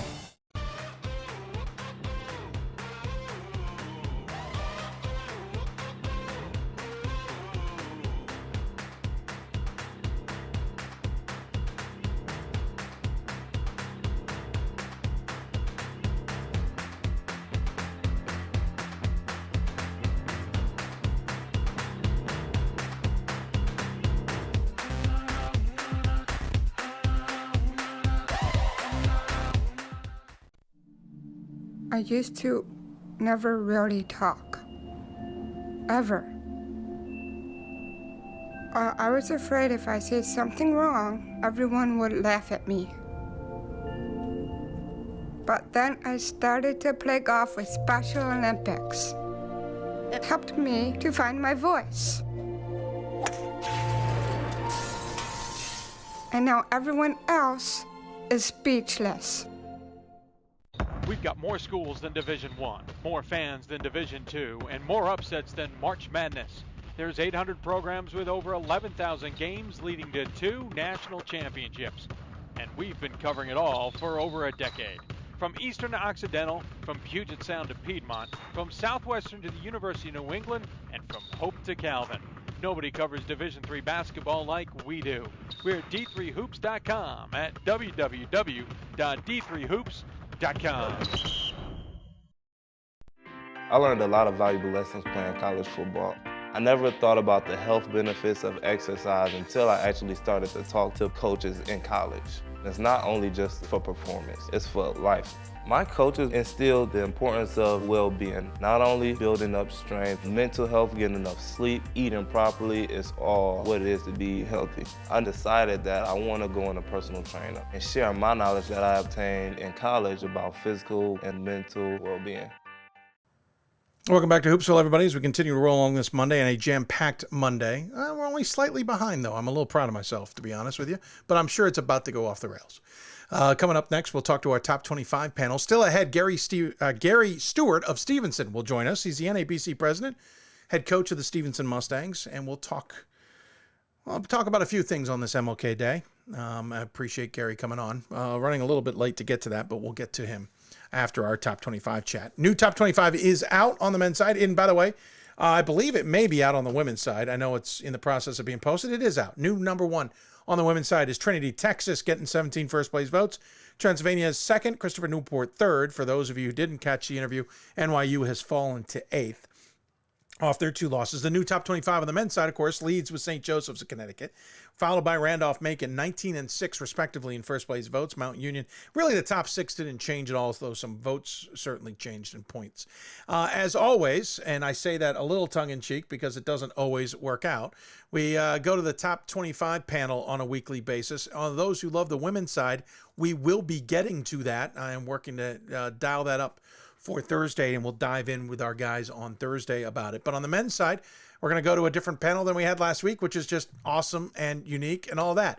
And joining us on the Blue Frame Technology Hoopsville hotline, it is Ryan Scott, it is Bob Quillman, and it is Ryan Winnable for the first time this year. Sirs, thank you for joining us. I appreciate it. Welcome aboard. And bonkers as always. Bob, I'll start with you because I know you've been neck deep. It is just crazy this time of year, and it feels crazier this year. It's a good time of year. It felt really good to get to that like first UAA weekend that was Friday, Saturday. I had the NESCAC, or Friday, Sunday, the NESCAC Friday, Sunday. It feels like now we are officially knee deep in the D3 conference season. And it is a fantastic season. We'll talk through some of the teams and things, but this is one of the better seasons that I can remember in a long time because of how much parity there is and the fact that every time I make my top 25 ballot, I don't really feel like I know what I'm doing. Totally agree with you. Totally agree. Today, I literally stared at it. My son and daughter came down and asked me what was for lunch, and I was staring at my ballot, and I heard them, but I didn't compute. Like I was trying to figure out who I was putting in the 10 hole. And I'm sitting there and I'm staring, and my son goes, why don't you pick so-and-so? I don't remember what school he picked. I went, what? Huh? No, but thanks. Oh, you need lunch, don't you? I'll be up in a few minutes. I was so neck deep trying to figure it all out. Ryan Winnable, let's jump to you real quick. Haven't had you on the show this year. Thanks for joining us. Your thoughts on just what we've got going on? You know, I think the poll this year, at least the last couple of weeks, you know, the first 4 or 5 teams that I'm picking, you know, 1 through 5 seem to be going pretty quickly. And I you know, as we look at the poll that came out today, it seems like voters have coalesced around maybe 4 or 5 teams. It's really the car crash that happens after 6, 7, 8 that really I spend the majority of my time with. I probably spend way too much time on the 20 through 25 portion. Car crash, good term. Yeah, I'm okay with 9, but it's definitely a black hole after that. And I mean that seriously. I have teams in 9 and 10 that shouldn't be there. Ryan Scott, you've always had some interesting tidbits on this. And by the way, we'll point out there's a great top 25 battle I'm taking these guys away from. So I appreciate them joining me, but we'll talk about that in a moment. But Ryan, your thoughts on it? Yeah, you can see us all like looking to the side to other screens while we're doing this to watch. And just a shout out, this Keene State broadcast is incredible. The graphics they have on the screen, the play, and they've got a packed gym up there. It's really cool. Like it's a really D3 showing out tonight. But in terms of the top 25, I changed one team this week. I dropped Nazareth. I had in 25th. They lost this week. I dropped them out and popped Oshkosh in there. I had hardly any losses in mine. And some of the ones that did, you know, like I had Case and Emory pretty close to each other, and you know they played pretty close games, so I kind of kept everything the same there. But yeah, I mean, we don't know from week to week who's going to win for sure, but you know, at least this week things worked out the way I had figured it out last week. It worked out for 1 week that I knew what I was doing. You're a lucky son of a gun. That's all I can say about that. I think it's ridiculous that you only changed one team. I was using the eraser more than I needed to. All right, let's get into it. We have 3 topics. They're debatable, there's deep dive, and there's dubious. Debatable is just a team that, hey, let's talk about them. Well, let's put them off to the side for a moment. Deep dive is a team like, hey, we're not voting for them. Why aren't we, or should we consider it? Maybe none of us are voting for them. That's with that topic. And then we have dubious, team that is maybe a little too high on the top 25 poll, according to these gentlemen. And just for the record, we're not trying to influence anybody. We're just expressing our opinions on it. based on the new top 25. Let's go with dubious. Let's start there because I think that's an interesting conversation. Ryan, we haven't had you on the show. Winnable. We have 2 Ryans, which is just a malfunction on my part. Give me your dubious, sir. I'd love to get your take. Yeah, I'm going to start things off with Claremont Mud Scripps, a team out west that got off to a really great start to the year. Had a great win in the season opener against Mary Hardin Baylor before losing at home to St. Thomas right before Thanksgiving. Went on a long winning streak and then had kind of that surprising loss, I would say, at Laverne, 92-88 back to start the year. They had a bit of an odd game this past Saturday, a 60-39 tilt with Caltech. I wonder if maybe, and I'll say that I maybe prematurely pulled CMS out of my poll after the Laverne loss. They did not come back in this past week. I wonder if maybe voters are putting too much weight on the Mary Hardin Baylor win to start the year. They don't have really another, I would call a marquee win after that one. And they've looked a little bit shaky in the last couple of weeks, including that loss, and wondering what everyone else's opinion is and how they feel about Claremont Mud Scripps. You know, for me, Ryan, I've watched them a lot this year. I really, really like them. I do think there's something to the fact that, you know, the part of their schedule that they're in right now, we haven't gotten to see them play a ton of top flight teams. Now, two games are coming up though. Redlands is a really good team, and Pomona Pitzer maybe hasn't had the season we thought they were going to, but that's a really good team. So I'm not dubious on CMS, but I really am looking forward to seeing Redlands and Pomona Pitzer. As far as the Laverne game, you know, I always say that you kind of have to give every team a mulligan. Look at, like, Carthage is way better than Carroll, like way better than Carroll. And they went up to Waukesha and lost. That's just the one example I can think of in my head from the CCIW. In the conference, and you know this from the OAC, Ryan, there's going to be some weird ass losses, right? Like where we're like, how did that happen? Conference game, teams are familiar. You're on the road. So I like CMS. I'm looking forward to those next 2 games though. Ryan Scott, your thoughts? Yeah, I mean, I think 15 is maybe a little high for all the reasons that you've pointed out. You know, I think they win a couple of these big games coming up. Maybe that's where they should be. But that's where we're at this point in the year, right? When we say dubious, it's not so much, you know, that this team isn't good. It's that maybe they're 5 spots higher than they should be. You know, that's really where we're at. And that's kind of how I feel about CMS. I've got them a little bit lower, I think, and maybe they're creeping up just because they haven't lost in a while. So, well, to be fair, I mean, I had the same thought about Claremont Mud Scripps. They're actually part of that group of teams that I felt I was bringing up too high because I'd gotten comfortable with about 8, and then I just hit a spot where I'm like, well, they shouldn't be 9, they shouldn't be 9, they shouldn't be 9, they shouldn't. Well, someone's got to be 9, someone's got to be 10. I do have Claremont Mud Scripps sitting in the 10 spot, and that's higher than I wanted them to. I've had them somewhere around 15 for the last few weeks. I think that's comfortable. I don't know if that's right or not, but to your point, things kind of lift when you develop these gaps, as we seem to be having. Yep. Anybody else with a dubious selection? Bob, do yours? Yeah, I'll jump into mine. And again, I'm gonna be real soft in how I pedal this one because I think this is a really good team. But mine is Emory. So Emory's 11-3 and 2-1 in the UAA. Again, let me stress, I've watched Emory several times, and I think they're a very good team. My dubious with them, and they landed it at 18 in the poll. They fell 2 spots this week.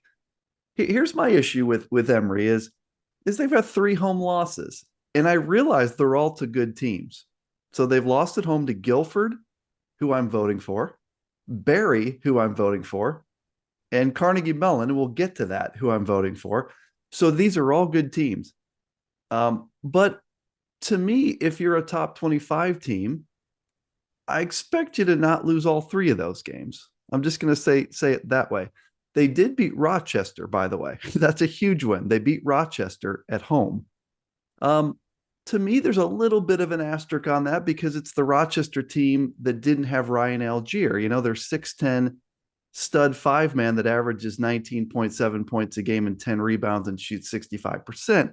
So to me, the Rochester win isn't quite as shiny as it should be. So I'm just saying with Emory, I mean, I don't know that you're supposed to lose that many home games if you're number 18. Great team, they may be 18, but that's my dubious. That's a fair argument. Anybody else want to comment, or do you just want to jump to your choice, Ryan? No, I mean, I think that's fair. I don't know if the other Ryan wants to say anything about Emory, but I feel like Bob covered that pretty well. Where I have Emory right around the 20 spot. They have lost those 3 games, and I thought they had a bit of a rough weekend this weekend, losing to Carnegie Mellon, needed overtime to get past Case Western at home. Case Western, a good team, of course, but they do have some other good wins in the schedule. They won at Colby, which is a pretty good team this year. They went to Maryville and got a win. So there's a lot of teams in that 2 to 3 losses that have played pretty decent schedules. I think Emory fits right in there and kind of in the back part of the poll for me. Yeah, I'll agree. I do have Emory too high. I flat out will tell you I do, but I'm just at a loss of where I think they should go based on Bob's point.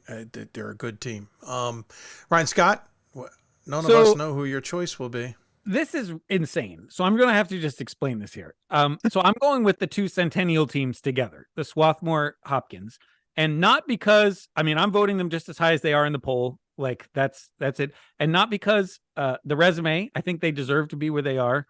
And we wouldn't be surprised if they beat any team in the country, right? You're not gonna call that like a huge upset if they beat anybody. But I'm also looking at these are the same 2 teams last year, right? We saw Swarthmore lose in the first round of the tournament that I called. I saw that one coming, right? There's some weak spots in that game. And Hopkins lost a big scorer, and similarly, right, that obviously Yeshiva and Stockton were difficult teams they played last year, but if they're a top 10 team, they should have come out of that pod. And we're seeing very much the same teams playing in very much the same ways this year.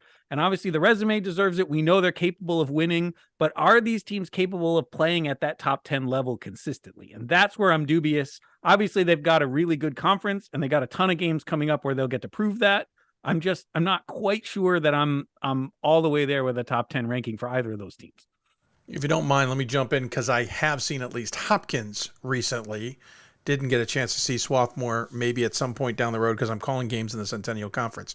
I actually made a big shift with Hopkins this week. I brought them down. Early in the season, I saw them at Gettysburg. Didn't like how they started, but it was an early season game. I gave them some of the benefit of the doubt. And then they steamrolled Gettysburg the rest of that game. And then from that, got some big wins, including over Mary Washington. I'm like, all right, they figured this out. Click, click, click, click, click. Let's go. I saw them, of course, coming off their loss to Swarthmore at McDaniel. They were losing 23-7 to start that game. They came out slow. You could tell Josh wasn't happy. And I'm like, what is this all about? Now, they absolutely opened up a can after that. I think they outscored McDaniel 52-20 or 22 the rest of the game. It was ridiculous. But my concern is that's what I saw at Gettysburg. Slow start, not playing well, don't seem jazzed up. You can't do that against every opponent, or someone's going to trip you the wrong way. I just feel uneasy. I think they're good. I don't think they have all their pieces working well. I like Corey, but I don't think he's playing as well as he could. I like other pieces. I think they're still figuring things out. So I actually moved them significantly down in my poll with that thought and the loss to Swarthmore, and I've got them mid-pack, mid, maybe bottom third is kind of where I have those 2 teams. You know, for me, I think they're both really good teams, and I have them both about where they are in the poll. I think that the thing that you start to realize this year is that when you talk about someone being number 10, that's really about dead even with number 20. Like, is there really any separation this year? I'm going to randomly throw one out. I see UT Dallas play a lot here in town, and I voted for them this week for the first time. Swarthmore versus Texas Dallas neutral court, coin flip kind of thing.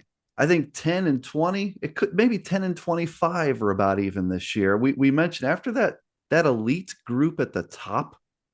So yeah, like Ryan Scott, I totally hear you that maybe you are too high, maybe me too on the Centennials, but you got to put someone up there, right? Like that's the kind of year it is. Yeah, and that's why I says we're really reaching at this point for some of these dubious. So, Ryan, Ryan, anything to add, or you want to move on to deep dive? No, I agree with both of them. Swarthmore and Johns Hopkins are both in my poll. They're both about where they are, in the full, top 25. Both of them make me really nervous for the reasons I think that everyone has stated here before. But yeah, they're in that cluster of teams that again, somebody has to be put there. And at this point in the year at 14-1, I think Swarthmore is as good in that 5 to 10 bucket as anyone else is. Yeah, good call. I do agree.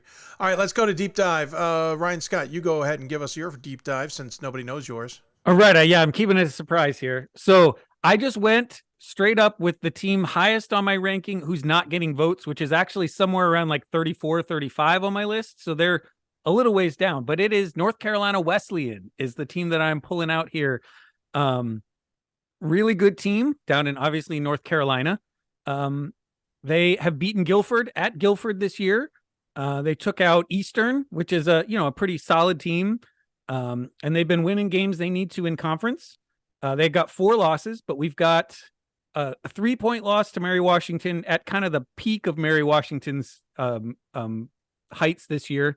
9-point loss at Virginia Wesleyan, 8-point loss at Christopher Newport, and they just got tripped up by 2 at William Peace, which was kind of a big conference rival there. That's the Mulligan that Bob was talking about.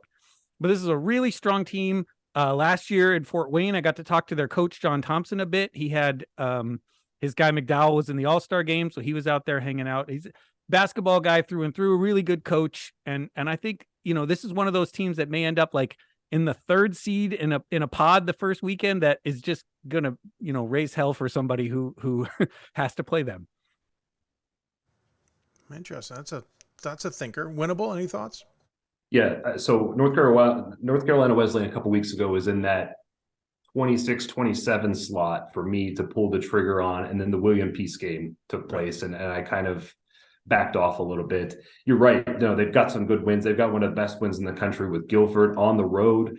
All of their losses are quality losses. They've been competitive in all of those games. I think this is a great pick for a deep dive, and I'm not opposed to coming back to them in a couple weeks should they win out. Bob? Yeah, it's funny. I was doing some research on other teams earlier in the week, and the fact that they had played, like all these teams had played North Carolina Wesleyan kept coming up. And I was like, huh. And so I started digging into North Carolina Wesleyan, realizing, hey, that's a pretty good team. So I like where Ryan Scott's going on that one, and agree that that's a team to watch out for. Yeah, that's definitely going to have me thinking. I didn't have them that close to my radar, but it doesn't mean much. Teams can be right off the radar and jump in quick with us voters.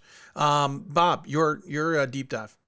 Before I get to deep dive, I want to throw an extra dubious out there, and I want to make myself dubious because I have not been voting for Middlebury. and I'm watching this game. They're up 84-82 with 24 seconds left and have the ball at Keene State. And so I would like to nominate myself for dubious. When Middlebury lost to I was voting Middlebury like 20, and then they lost that Hamilton game, and I was like, I'm going to take a little break on Middlebury, and I never came back to them. And so I just wanted to raise my hand and nominate myself. My deep dive is not a team I think we should be voting for right now, but it's a team that I think is on the rise, and it could be a team in a couple of weeks we should look at, and that's Nebraska Wesleyan. They're 10-6. They're 5-2 in the ARC. They're 1 game out of first in the ARC, which is a really good conference, kind of an underrated conference. Their losses mostly are to very good teams. So let's say good to very good. They lost to Oshkosh, Mary Hardin Baylor, Illinois Wesleyan, Dubuque Central, and then they have one of those bizarre losses to North Central of Minnesota. That's the bad one. They just beat Loras. Loras, to me, was the team I was getting ready to vote for. So I think Nebraska Wesleyan has looked really good. They've won 6 of 7 and have played really well. Peter Lash is a great player. He's kind of like a 6'5", 3-man, does a little bit of everything. Great player. So keep an eye on the Prairie Wolves as we move forward. Interesting. Winnable. I don't know if you have any thoughts there, but I will warn you that your choice must be a Wesleyan. That's true. I didn't think about that. Nebraska Wesleyan, this is a team where a couple of possessions and a couple of different games, we could be talking about a very different team and a very different resume. As Bob mentioned, all their losses are high quality losses. They've been very competitive in all of those games. For me, it's just been finishing those games and getting that signature win. The Loras win this past Saturday is probably their signature win on the year. And if they would have just added, the Mary Hardin game, they had that overtime loss at Dubuque. Maybe that Oshkosh game goes a different way, a couple of points here or there, and they're probably a top 25 team. That's another one of those teams where on paper, you look at the record, you think, okay, they're out of the conversation, but this is another dangerous team that if they can put it together in February, we could be talking about, as maybe a tournament team. Quick note: Keene State had a chance at I think a tying shot and missed. And say again. Well, Alex Sobel blocked him pretty hard on Jeff Hunter there for that tying shot. So. I only looked over and saw it was a miss. I didn't see how it happened. It was a huge block. Side note, I did not check the schedule today when I was sending out guest requests last Friday, and I reached out to Keene State to see if Ryan Kane could come on the show. He said, no, we have a big game against Middlebury, and I wrote him back, goes, well, great, you just killed my backup option too, sir. I was just going to mention with Nebraska Wesleyan, that North Central loss, I can totally explain that to bail out our friend Dale Wellman over there, is that they knew they were going to have to play Greenville the next night, and I'm guessing that they were preparing for the onslaught that is the system over there, and maybe overlooked one. That's a good point. But yeah, I think it's a really strong team. It's one of those that if they happen to come out of the ARC, right, they're not getting a Pool C bid. So if they happen to come out of the ARC, it's not a team you want to face. Probably like North Carolina Wesleyan, right? That they may get slotted into a 3 or a 4 seed. That's just going to be a terrible matchup for somebody. Yeah, Final 86-82, Middlebury knocks off Keene State. Winnable. Your deep dive, sir. Yeah, let's go out to the Midwest and let's talk about Illinois College. Really thought you were going to say Illinois Wesleyan there. No, Illinois College, 15-1 on the year. This is one of those, when we talk about regional rankings in a couple weeks, high winning percentage, low SOS type teams. I would say their signature win to this point is over the holiday break. They beat Brockport State. They also have a good win at Ripon, who's having a pretty decent year as well. You look at the conference schedule and the rest of their schedule the rest of the way, they don't have a lot of, or I will say they have no real opportunities to get a real signature top 50 win. So I guess my question for the panel is there a point this year where you would vote for Illinois College, and what is the bar for you guys to pull the trigger there? Yeah, that's a great one because I've watched several of their games this year. They have a very talented cast. Their losses to Millikan. Millikan is sitting in dead last in the CCIW. Again, we talk about mulligans. We talk about this and that. By the way, where was that game? Can someone was the Millikan game at Illinois College? It was home for Illinois College. Yeah. Here's my gut feeling. Maybe it's more than gut feeling. From what I've seen, I think Illinois College is more on par with Millikan than not. Like, I don't think that was a fluky thing. To me, if they played again, that would be a really close game. I think Illinois College is a good team that plays well. If you gave them a different schedule, though, like let's say you put them in a CCIW schedule, they wouldn't be 15-1. Now, what the record would be, I don't know. So, Ryan, I think this is a really good one you bring up, and Steve Schweer is a wonderful coach who is building an unbelievable program there. Like, he's gonna win there. I don't know if I can get myself to vote for him yet. Like, they got to string together a few more to get me there. Yeah, I mean, they did play Augustana. They won that one. And I agree. Steve will be able to build something great there if he doesn't end up at Carroll, right? But they beat Ripon twice already, so which is a big thing. Like the best team that they have to play in their conference, they've already beaten twice. And I think they're really just on the cusp, right? I like the Brockport win. That was one that I was looking at to see how they were going to stack up. And I think they're just not quite there. They need that signature win that they just don't have they don't even have a team on the schedule, right? I think D3 Bubble on Twitter, they put out the the rankings every week, and it shows how many games you played against the top 50 and against the top 100, and they have none against the top 50 and, barely any against the top 100. And I think that schedule is just not strong enough to really give them that kind of vote or consideration. And they cut a tough break because they tried to schedule one of those in Augustana. Like they got Augustana come play at their gym, which when you schedule that game, you're thinking that's going to be a top 15 team. Augustana struggling this year. So I think they tried. The other point I just want to make real quick is the great thing about a job like Illinois College, and everyone always kind of looked at it like the little bit of a sleeping giant. You can win there. Like Steve Schweer, I would be shocked if he even thinks about going to Carroll, because I believe you can get kids from Central Illinois and Southern Illinois, et cetera, Western Illinois. You can get kids and you can win the Midwest Conference. You can get yourself in the tournament at Illinois College. Whereas you go to Carroll and start competing in the CCIW and start down there. So I think Steve's going to stay there a little while until really that big one comes up, because he's a fantastic coach. Yeah, I agree with you. All the reasons you guys have stated is why Illinois College has been off my ballot. It's not a knock on them. I just don't have something that says, well, I know you're better than X. And that's been the tough one. All right, so we're deep dive done. Now move into debatable, and Bob, we'll start with you. This is a team, everybody out there, don't necessarily say you shouldn't be or you should be voting for. It's somebody who's probably getting votes in the top 25. Just curious where everybody thinks of them. Bob? Yeah, this is kind of like when I nominated myself for dubious. I think I'm debating with myself on my debatable potentially. I am the one vote in this poll for Carnegie Mellon. So when you look at others receiving votes and you go all the way down, you're like, who voted for them? So that's me. Here's kind of the debate here is Carnegie Mellon's 9-5, 1-2. They just won at Emory this past weekend, and they led that game from start to finish. And if you watch the game, they looked like the better team, and that was on Emory's floor. Their losses are mostly to really good teams, mostly. So they lost to Rochester, and that was a one possession game that happened Sunday. They lost to Heidelberg. They lost to Middlebury, that now looks awfully good. They lost at Case Western Reserve, and they have a kind of a weird loss to Geneva. Here's kind of the debatable part of this. Couple fronts. When a player is hurt and then returns to full strength, do you start voting differently? And they have one of these. Nick Nikasian, who's one of their best players, was playing very limited minutes due to an injury earlier this year. In some of their games earlier, he was playing 10, 12 minutes. He's back to playing 32 minutes a game.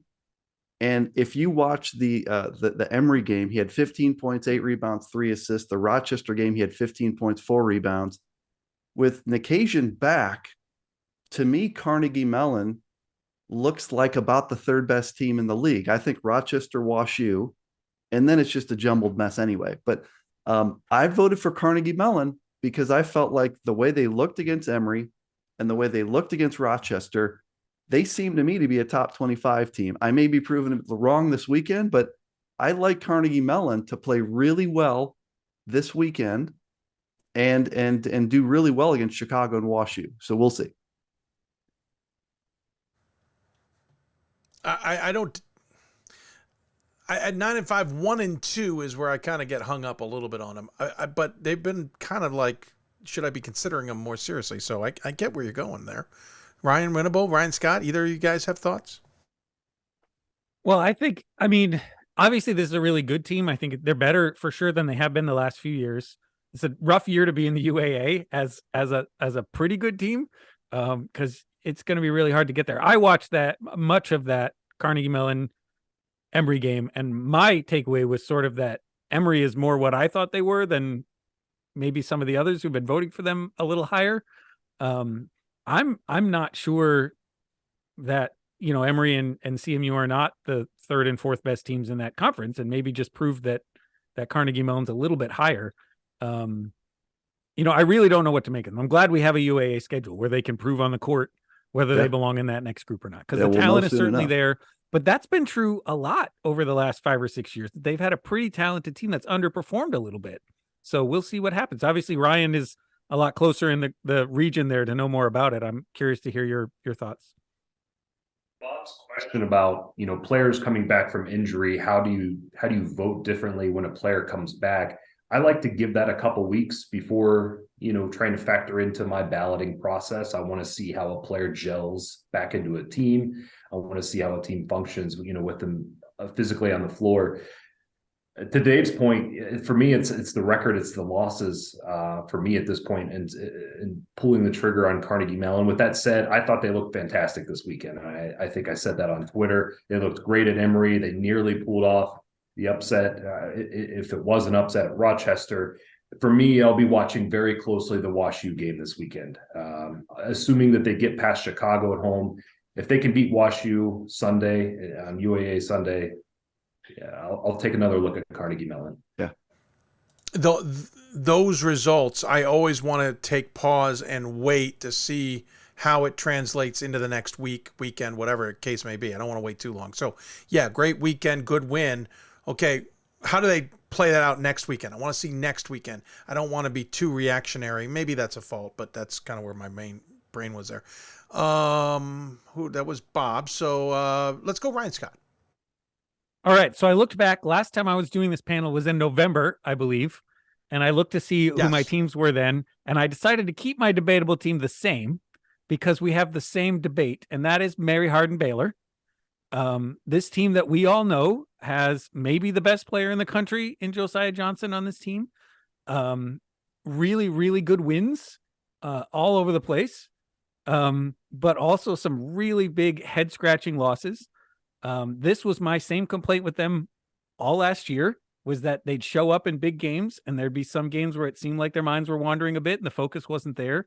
And it feels like it's much the same this year. And so how do we rank a team that is perfectly capable of being the best team in the country? I believe they have enough talent to be number one, but just are taking losses where they really shouldn't be. What do we do?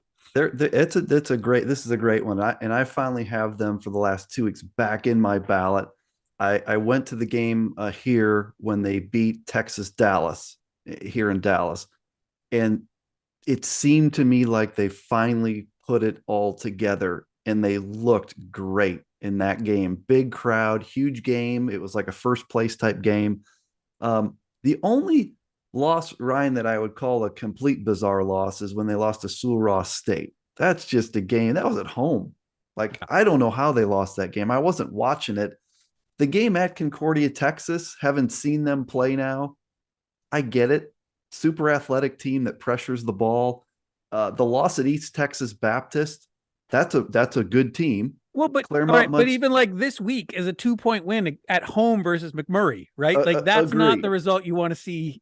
Agree. I think anyone that's not voting for Mary Hardin Baylor, I totally tip my cap and say, like, I get it. I'm swayed by having seen them in person recently and how good they looked in that game and how physical they are and how athletic they are and how skilled they are. I think they're going to prove me right now, but I don't know. Ryan Whitnable, what do you think? I'm also voting for Mary Hardin Baylor again. The last couple of weeks, I brought them back into my ballot. You mentioned the UT Dallas game. I thought they looked fantastic in the Hardin Simmons game back on the 12th. You know, Mary Hardin Baylor is one of those teams that has that high ceiling, but you worry about a consistency. And they're one of those teams where you think you might be watching them in Fort Wayne in March, and you also wouldn't be shocked to see them go out in the first weekend. Yeah. I take Mary Hardin Baylor on a week-to-week basis, and that's kind of how I'm going to go with them going forward. They've got some tough games to close out the schedule. We'll be really interested to see, you know, if they can continue to play well. As Ryan Scott mentioned, that McMurray result is a little shaky. We'll see how they kind of continue down through the second run of conference play. Well, so who's voting for him? Raise a hand. I am. The two down there. I am not yet. They're very close. Neither am I. I considered it, but so it's one of those things that, like, if you're playing one game, Mary Hardin Baylor against Swarthmore, I would pick Mary Hardin Baylor all over the place. Damn, They're deeper, they're more talented, But if you're playing a 7-game series between Mary Hardin Baylor and Swarthmore, there's no chance I'm picking Mary Hardin Baylor. You know, like it's one of those that I just don't know what to do. It's a great way to put it. It's a great way to say it. The key is the loss at home to Sul Ross. If that's at Sul Ross, I give him a little leash. Right. If you got to make that drive, you're going to lose a lot of those games. But winnable, debatable. Yeah, I'm going to go to the NESCAC and Williams. You know, we have a lot of debates here, and I know on Twitter as well about teams and resumes and quality wins and whatnot. And I think Williams was a top 10, top 15 to start, preseason. You look through their schedule; they have a good win against RPI. They have a pretty good win against Wesleyan. They've got the one loss on the road at their rival Amherst. A couple of good wins at Hamilton and Colby, but there really isn't a signature win for Williams that we can really hang our hat on. And how much are we really still leaning, at least, and I'm looking at myself here, is how much are we still leaning on last year's Williams and how do we really feel they fit into the national picture this year? That's a tough one for me too, as well. I'm always pretty public about saying I'm kind of a strength of schedule, good wins type top 25 voter. And Williams, I've felt like I've just been given free passes all year because I watch them and they look good to me. I think they're a good team. They are a good team. But strength of schedule, Massey says 202. We talked about Illinois College earlier.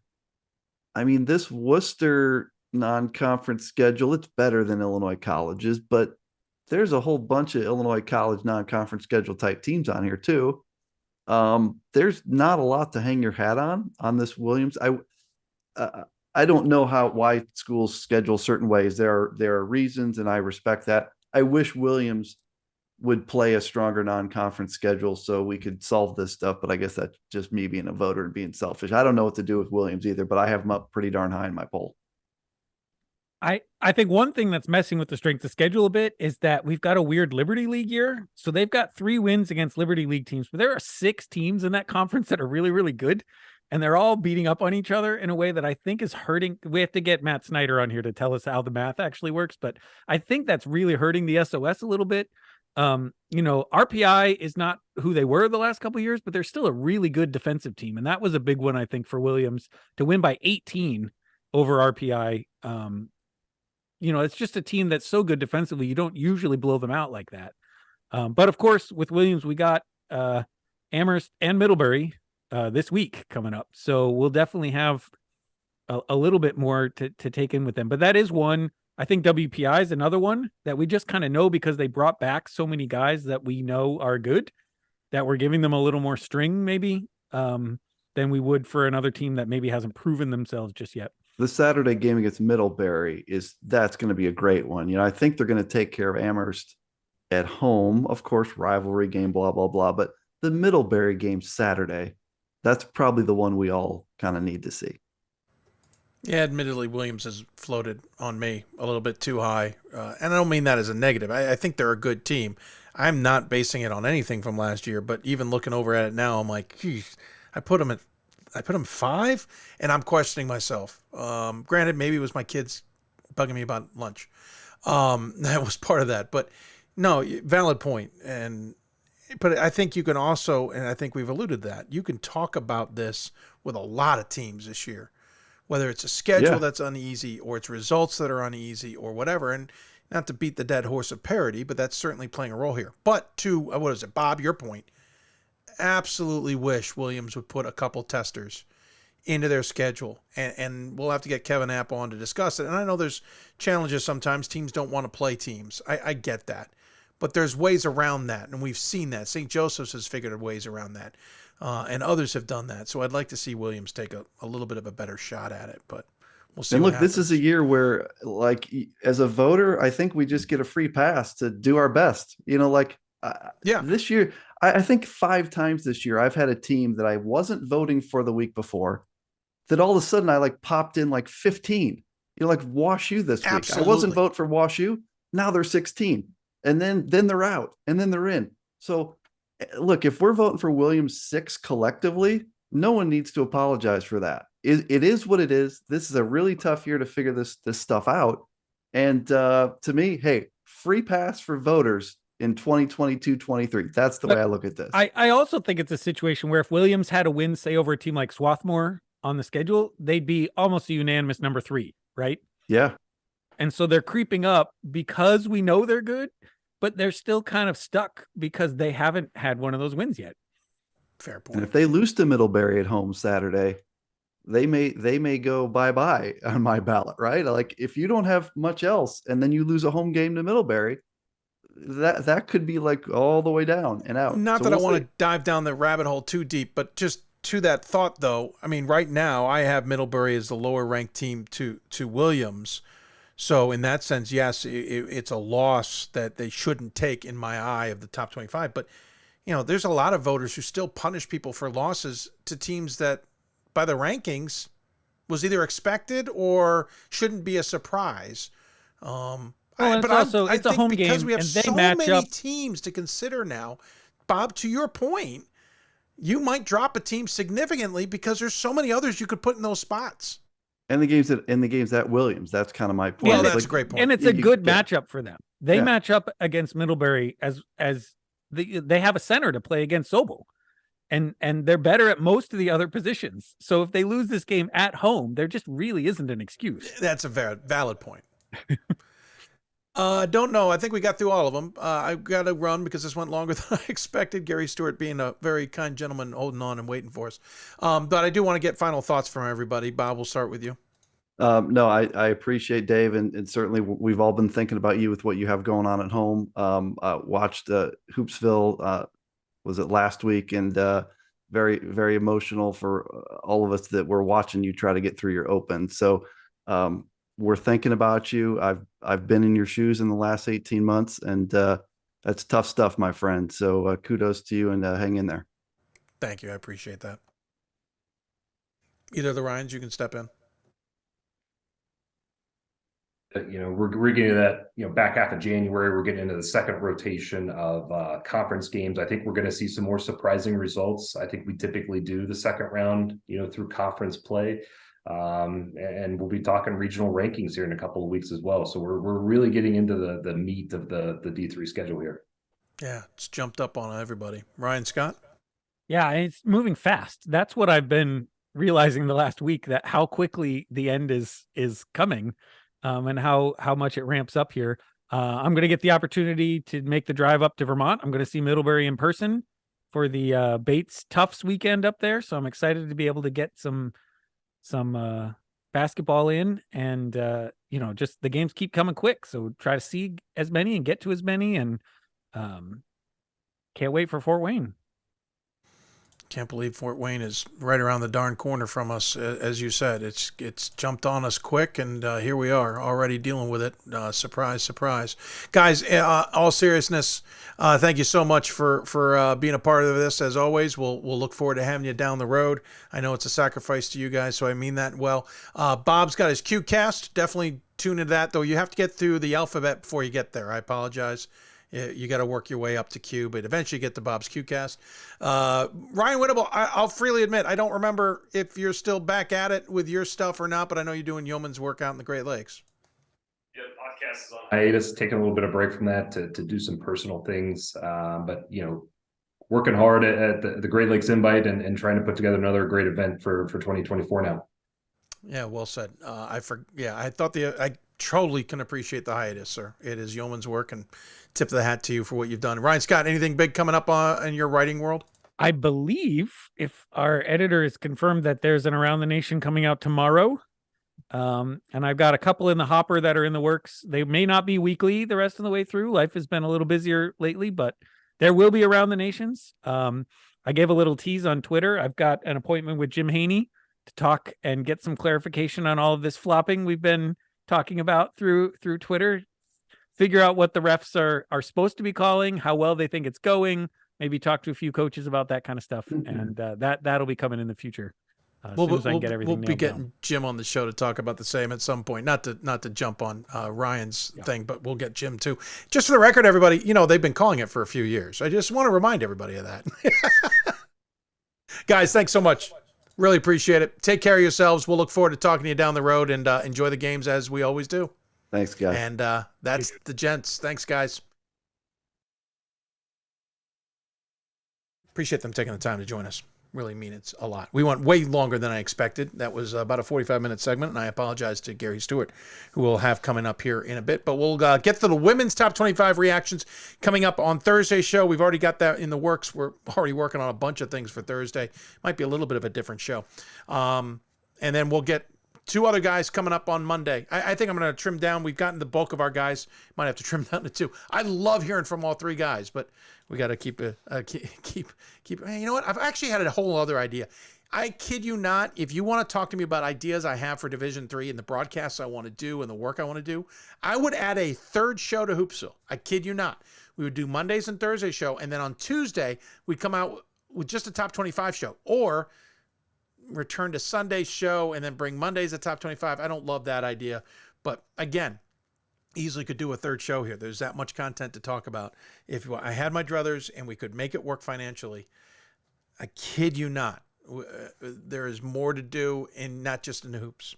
We'll take a break. When we come back, like I said, the Gary Stewart will join us to talk about, that he's the president of the NABC. That's significant. He's the first black Division III coach to be the president of the National Association of Basketball Coaches. And I thought it would be great to get his take on things on this MLK Day. You listen to Hoopsville, presented by D3Hoops.com from the WBCA and ABC studios. Back with more after this.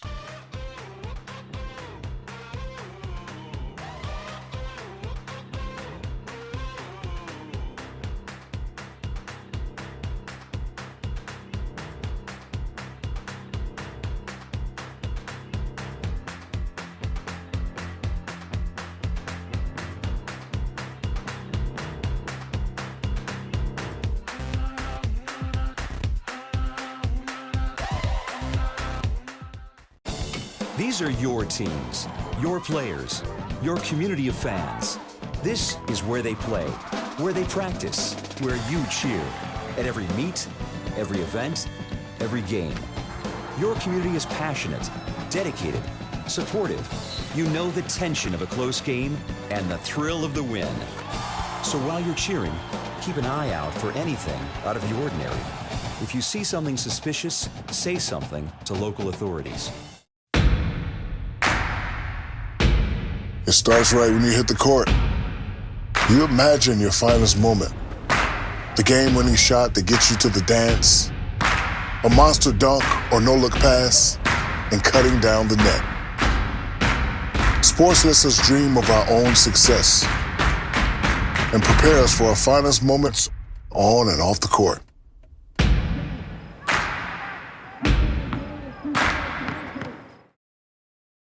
We've got more schools than Division I, more fans than Division II, and more upsets than March Madness. There's 800 programs with over 11,000 games leading to 2 national championships. And we've been covering it all for over a decade. From Eastern to Occidental, from Puget Sound to Piedmont, from Southwestern to the University of New England, and from Hope to Calvin. Nobody covers Division III basketball like we do. We're at D3Hoops.com at www.d3hoops.com. It's on us to stop sexual assault. In any way that we can. To get a friend home safe. To never blame the victim. It's on us. To stand up. To make our community safe for all. It's on us. It's on us to look out for each other at parties. It's on us. To be more than just a bystander. To step up and say something. It's on us. All of us. To stop sexual assault. Learn how and take the pledge at itsonus.org.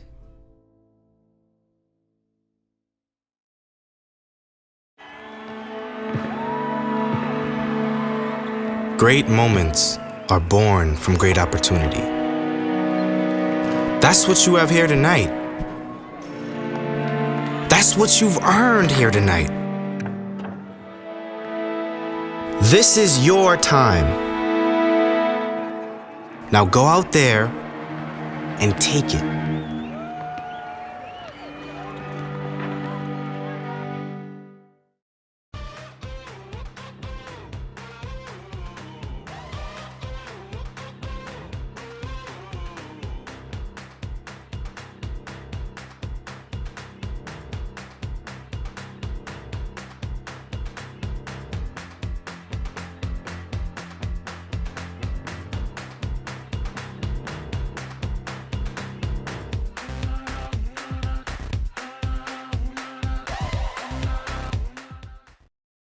It's on us to stop sexual assault. In any way that we can.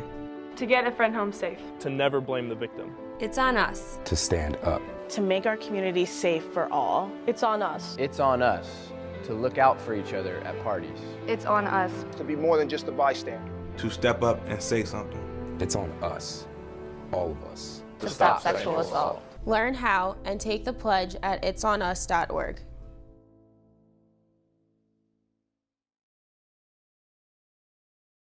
There are over 480,000 college athletes. Only 2% would go pro. That means over 470,000 will not get a shoe contract. No autographs. No private jets. No fan clubs. No Hall of Fame inductions. Instead, they will walk away with something much more valuable.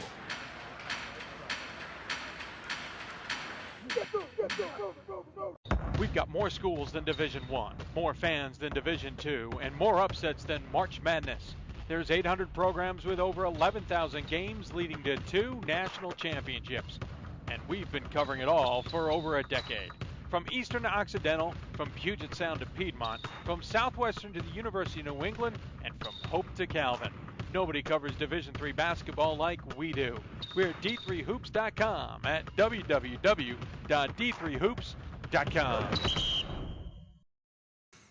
Welcome back to Hoopsville, everybody. Running a bit late. Shocker, right? On the show. Thanks to the top 25 panel. Bob, Ryan, and Ryan. Great stuff from them. Really appreciate their... I always come away thinking twice about how I voted in those conversations. I know I haven't gotten a blog out recently. I will try and do so this week, give you a sense of how I voted the last few weeks. Also, we have a couple of bits of business to take care of at the end of the show. So after this segment coming up, well, we'll take a break, come back. Want to recap some good news out of the NCAA convention and how Division III voted on some things, and just kind of give you a preview of what we got ahead. It is Martin Luther King Day, and with that, an ongoing conversation we've had on this show is minorities in coaching and in the general sense of minorities in Division III.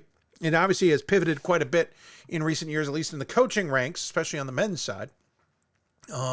And we've had great conversations with that. Well, with that in mind, one conversation I always love having is with Gary Stewart, who's the head coach at Stevenson University. Well, this year, he's president of the National Association of Basketball Coaches, which, just for you to understand, is a yearly thing. You basically work your way up through the board. You're eventually elected to be president. And Division III recently had Charlie Brock as president. I think, I'm going to speak out of turn here, but I think Paige Moyer might have been president. Yeah, Paige Moyer was president. So we've had some presidents at the Division III level, which is tremendous considering the influence Division I has. But if I have this accurate, we've never had a black coach in the Division III level as president of the NABC. So joining us on the Blue Frame Technology Hoopsville Hotline, it's the aforementioned head coach of Stevenson. It's Gary Stewart, who is president of the NABC as well now. And Gary, first and foremost, thanks for joining me on the air. Congratulations, obviously, on the job, which I know is very busy for you.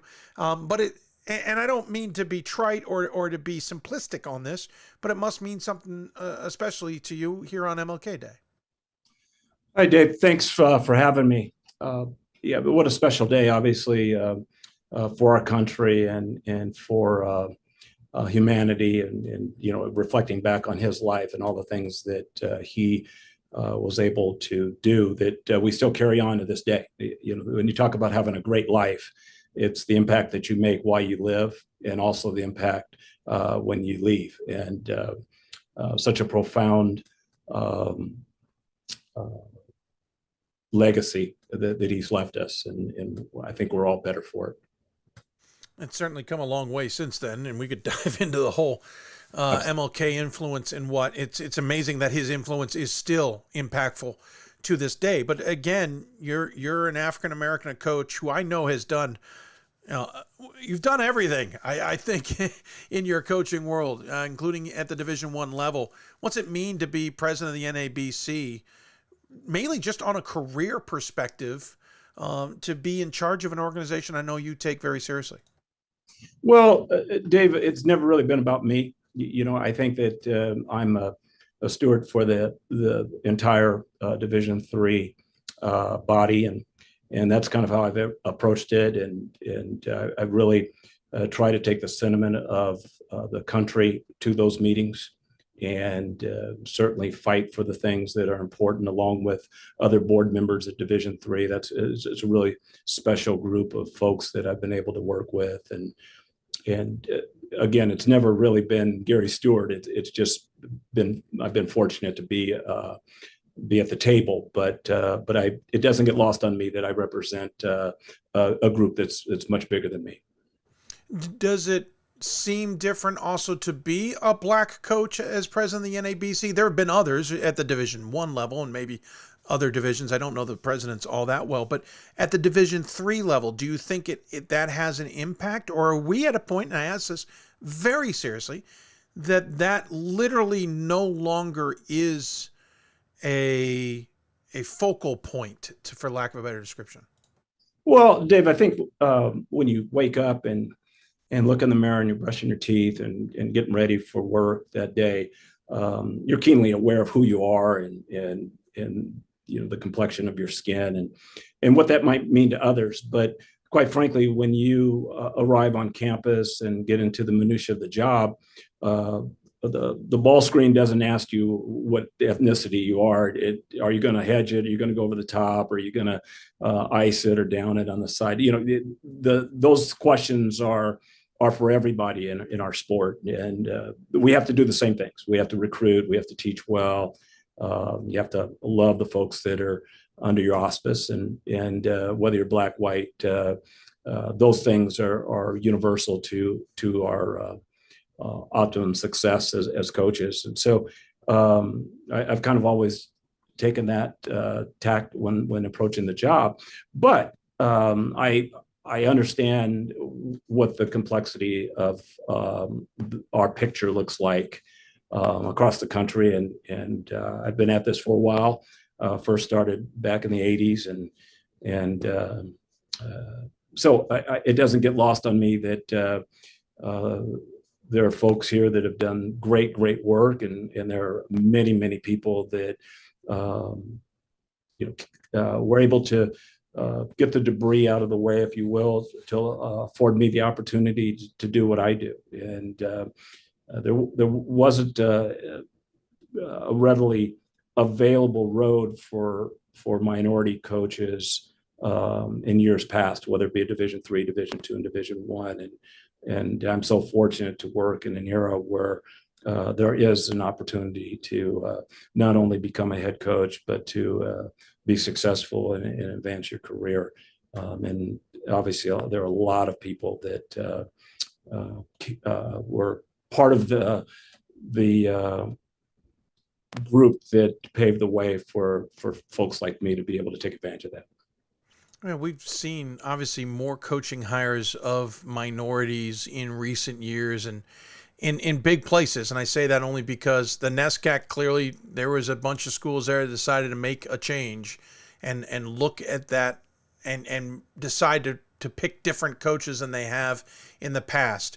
And you've seen that in other places. The doors seem a little bit wider open, despite the fact that the NFL continues to have a conversation about maybe there isn't enough minority head coaches in other places. Is that just my naive perspective that, great, the NESCAC has opened the door and we've seen some others and that means there's more coaching opportunities? Or is that legitimately happening and you've seen that change? Yeah, it's very obvious, and I applaud the NESCAC for all of their efforts and other conferences as well, because it's been intentional, Dave. They have really worked at diversifying their workforce and implementing programs and looking at their picture and the dynamics of their group of folks that they have and saying, hey, listen, we're better if this picture is diversified. And diversified in a litany of ways, whether it be gender diversity or ethnic diversity. But when we sit down at the table and we're able to get a breadth of knowledge and wisdom from everyone, that makes us stronger and that makes us better. And it gives us perspective that we might not have otherwise. And so I think that's critically important as we move forward to get a diverse table. throughout our conferences and a variety of different seats in administration and on our campuses, because the benefit is to us all, whether it be coaches, administrators, faculty and staff, and most importantly, the students under our auspice. Yeah, makes total sense, and I'm happy to see that change. Yes, NESCAC not the only one. We've seen it in the UAA and other places as well. As far as student athletes and recruiting, how much has that dynamic changed? Not in the sense of outwardly looking for more minorities, but more of how do players interact or view the fact of that there's a minority on the team, or you're recruiting minorities. I almost want to say, are they at a point where it literally does not matter to them? Have we gotten to that pivot point yet? Dave, I obviously can't speak for others, but of those that I've talked to and interacted with, we're all looking for the same thing. We're looking for accomplished student athletes that have high character, that are extremely talented and have a willingness to improve and all the things that encompass a great teammate. Those tangibles are not unique to a subset of folks. Those are folks that we're all chasing. And when you can show the benefits of a student coming to your institution and what that would mean, and how that could springboard him or her to greater heights in their life, that doesn't have a color. That's not attached to an ethnicity. So I think we just all keep hitting the rock, and I think diversity is important amongst rosters, and certainly in locker rooms, there are lessons to be learned that are off the court, that are critically important to the overarching theme of collegiate athletics. And I just really feel like it's all of our responsibility just to keep working at it, Dave, to broaden the horizons of our departments and our institutions in a way that brings out the very best in all of us. One of the things we've obviously had to talk about in the last few weeks is the situation at Albion and Jody May, the head coach there. I'm not going to dive into the whole issue as we've talked about it, because I'm sure we'll talk more about it down the road, but using a racial slur, repeating what someone said, and why he kicked him out of that practice. It also harkens back to Benedictine, Keith Bunkenberg, telling a student he had to leave because he was playing a certain kind of music, using a racial slur to describe it, because that racial slur apparently was also in the music. Bunkenberg was fired. Jody May still has his job. I'm being way too simplistic.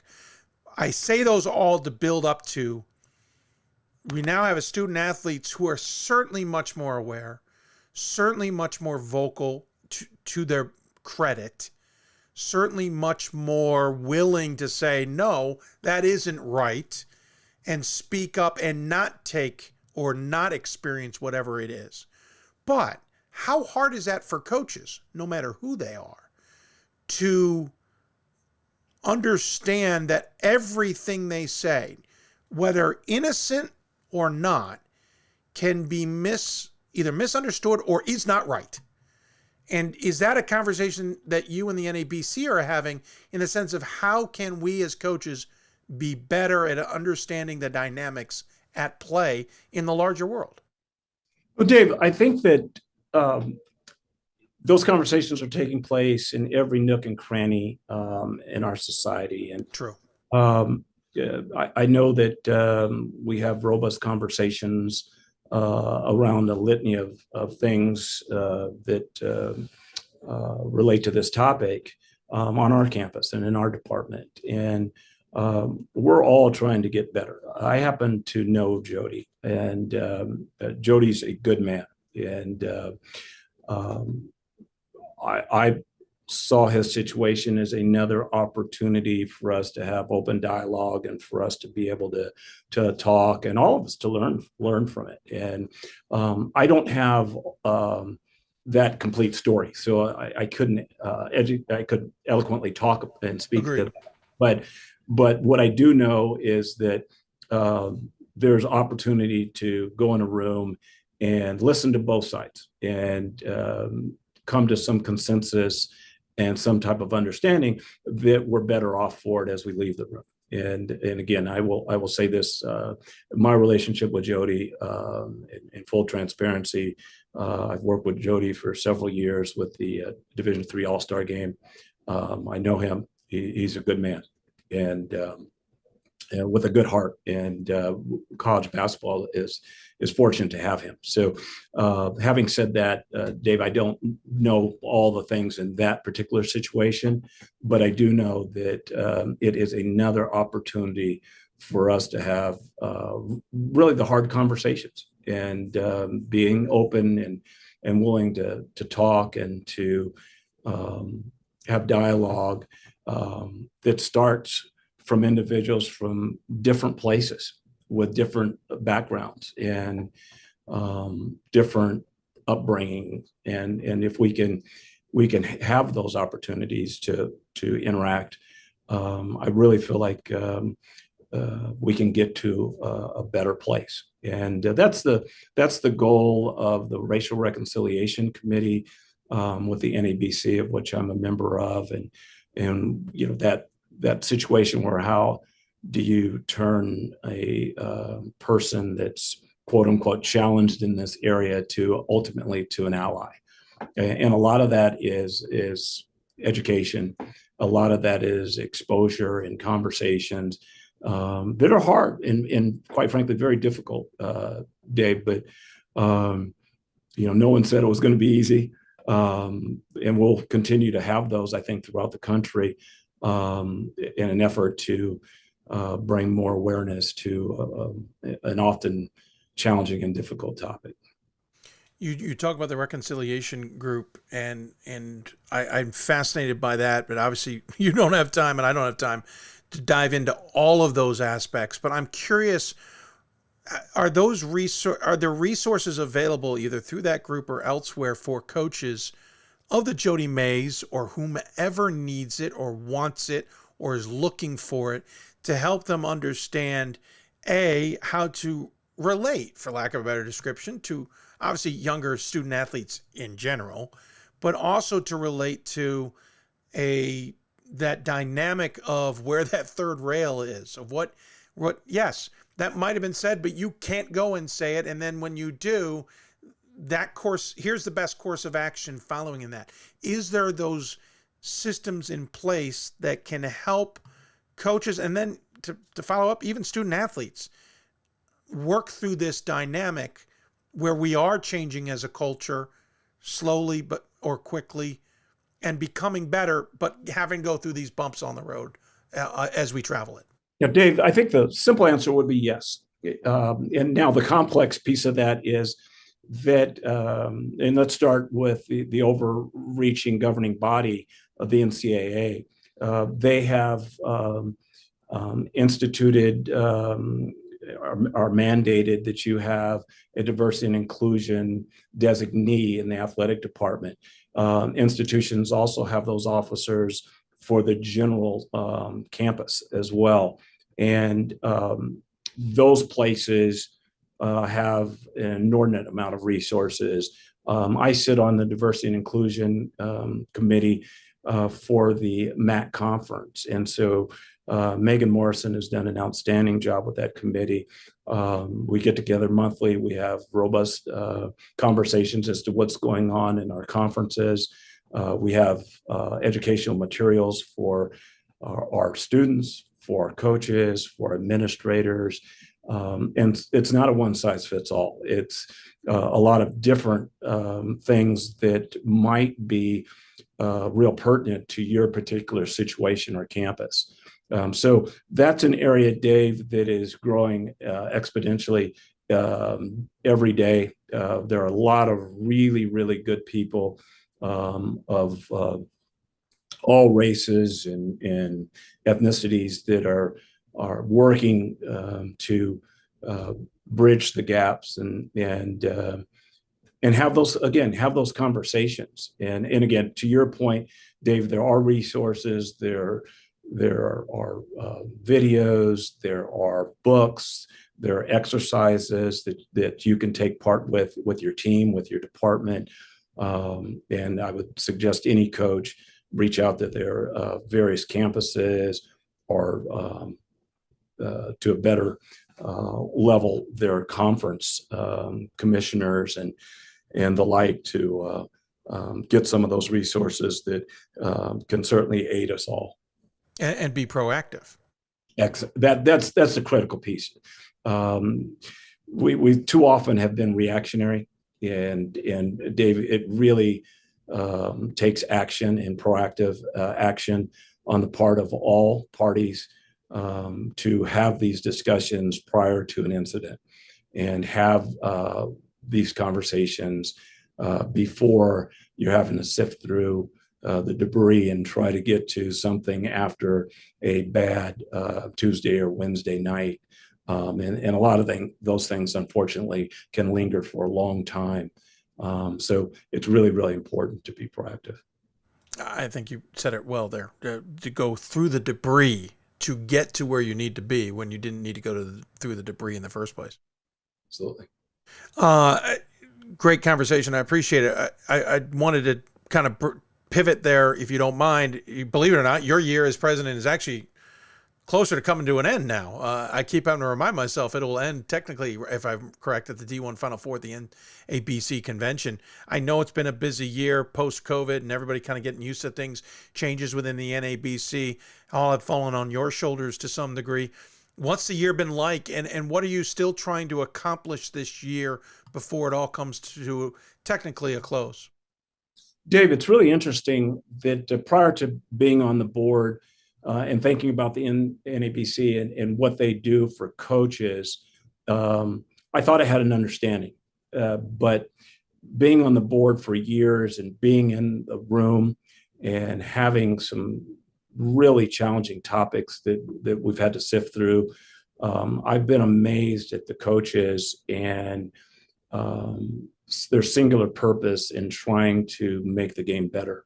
And that starts and it ends with the student athlete experience and what can we do to make this situation better. And a lot of really, really tough topics over the years. NIL is one of those things. Transferring, these are the things that are front and center, but there've been some other legislation back to Prop 48 and what that looked like. And we've taken on the SAT scores and all those type of things. What does that mean for the student athletes? I've just been really, really proud, Dave. I'm not sure I'm answering your question, but to be part of that room and to see folks that are some of the biggest names in our business and rowing in the same direction and care deeply about all levels of collegiate basketball and what that looks like for the student athletes, whether it be at the high school level, junior college, or beyond. Is there any pet projects you're still trying to have accomplished this year that you were hoping to put on your shoulders and get done this year? Well, it's interesting, Dave, in traveling. We played on the road on Saturday, and I was on the bus when I received the news about the 114 days. I can't begin to tell you how overjoyed I was as I shared text with Mike McGrath and Charlie Brock and Wade at the NABC and Mike Schauer, all of us who were part of a group that worked really, really hard at trying to look at this legislation from a lot of different areas and arrive at that and support that and really feel the strength and the power of all of Division III when that legislation was put forth and to get a positive outcome from that. And then working back and thinking what that could mean for the student athlete was really a win before I ever arrived to play our opponent on Saturday. It was just an unbelievable feeling, and so many people really put a lot of hard work into it. And so that's just one of the many things, Dave, that the NABC is really been at the forefront in trying to pitch some legislation and looking at changes, whether it's be in the area of mental health for student athletes and coaches alike, whether it's looking at coaches versus cancer. We've got that coming up here. So there's a lot of different balls in the air, Dave, but all of those conversations take place with leaving the game better than we found it. Good point. No, 114 days I know was a big deal, and I'm glad we could get somewhere with it. I know I had an idea. I'm not trying to toot my horn, but I'm just saying I remember I had an idea years ago going, hey, let coaches have a week in September. Take away from their 19 weeks. Let them use a week in September to meet with players. Never dreamed of the days idea. If there's a positive coming out of the COVID, it was finding that, and that certainly I know was a big deal to coaches. Speaking of which, I know there's a lot of things that get changed, augmented, and adjusted for coaches, and that they get maybe some don't see the change or aren't aware of the change or don't like the change or didn't like the rule, whatever. The topic of flopping has come up. We can go down that rabbit hole some other time. But there's other things that come up as well, and coaches sometimes will react to me or react to others like, what the heck's this all about? How can coaches get more involved, and how can coaches find the information or find out someone they can talk to about it? Because it seems like sometimes, and I know not for all, but sometimes there's somehow a disconnect there. Like if I follow up and say, well, coaches were asked about whether they wanted this, and from what I'm told, the majority said yes, and these people reply going, what are you talking about? Where's the disconnect, and how can they solve it? Well, there's a couple things at play, Dave. So when a coach has a particular area of concern, let's take a rule, for instance, they have an opportunity to bring that concern, and it really starts at their conference. We have a Congress that has an individual in every single conference in the country. So getting to their congressman and having some dialogue there is a good start. But understanding, Dave, that it's just not one entity, that a rule is implemented because this grouping said this. There's a lot of places that chime in. One significant place is SAC. And the students have a say-so and a voice, and it's an important voice. And so nothing is going to happen without getting the opinion of the various students in relationship to governance. And so think about this, Dave. The NABC started 2 years ago a SAC, if you will, for Division III men's basketball. So we have 10 student athletes that represent students across the country. So we're able to get the sentiment of the students in our sport. If we have something, how does this affect you? What are your thoughts on it? If you could articulate your feelings as a group and come back to us, we want to hear that. And so that voice has been really, really important, and we've listened to that voice. And that's just one of the things that bubbles up when you're looking at something, i.e. something 114 days. That was not something that was not done without us talking about our student athletes. And there were some concerns, and there's a lot at play there, Dave. There's I'll pick on Mike McGrath, for instance, at the University of Chicago. Mike's on a quarter system. So his start date is different than my start date as a semester institution. So there's a lot of different things. So when you try to shove one shoe and said it fits for everybody, that is a challenge. And so how do we make that work? And it's important for us to listen to schools that are on quarter system. It's important for us to listen to schools that might have a student body of 20,000 or more. It's important for us to listen to state schools as well as private schools. It's important for us to listen to regions that might have different obstacles and challenges than another region. So there's a lot that goes into it before you unveil something that all of us are going to have to follow. I know this will give you a chance for a shameless plug, but I mean it genuinely. Not every basketball coach is part of the NABC. Why should they be? What are the benefits that they may be kind of keeping on the sideline in their back pocket, as it were? Well, Dave, the bigger answer to that question would be really to get with somebody within their conference that is an NABC member, i.e. their congressperson, and have a long conversation about the NABC, because it's impossible to tell you everything that the NABC does in 30 seconds. I appreciate the question, but there's so much that the NABC does to work on behalf of the coaches and to the greater good, college basketball. It's impossible to capsulize it in a small amount of time, but I would welcome anybody to reach out to me. I'd love to take them just through the website alone and talk about various committees and the academic committee.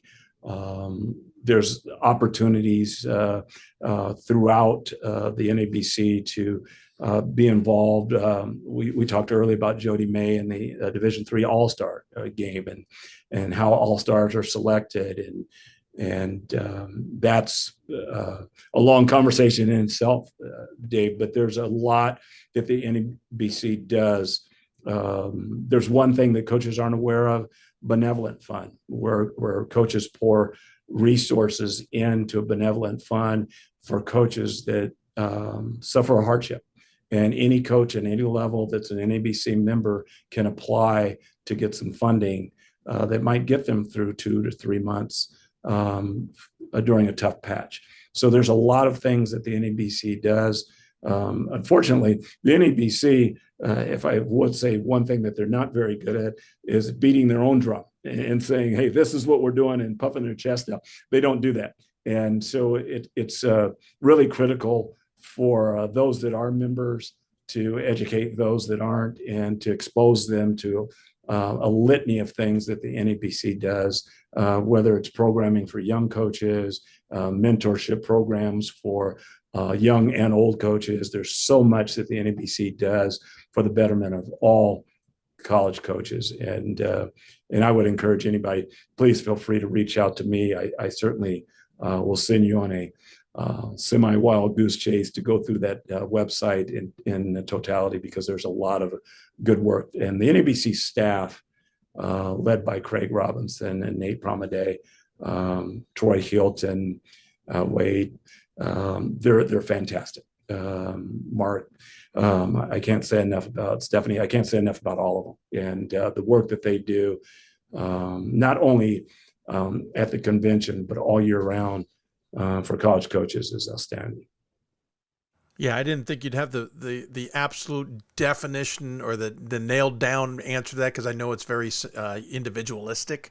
But I loved your point. Reach out to the congressman and have a long conversation, not a short one, but a long one, about what if it would work for you as an individual, and then have all those colleagues. Could talk for you forever about all these topics, but I got to let you go, and we've got to go ourselves. Don't want to leave without talking about you quickly, or your team quickly, and quickly about the MAC Commonwealth. You guys are 10-6 this season, knocking on the doorstep of already hitting the amount of wins you had last year as the Mustangs turn the corner. Tough loss on the road at Eastern, despite having the win at the convention in San Antonio. Quickly, give us a sense of the Mustangs and the MAC this year. Well, the MAC is true to form, Dave. It's a rock fight every Wednesday, every Saturday. And I know that from a coaching perspective, it is exhausting. The preparation, the attention to detail.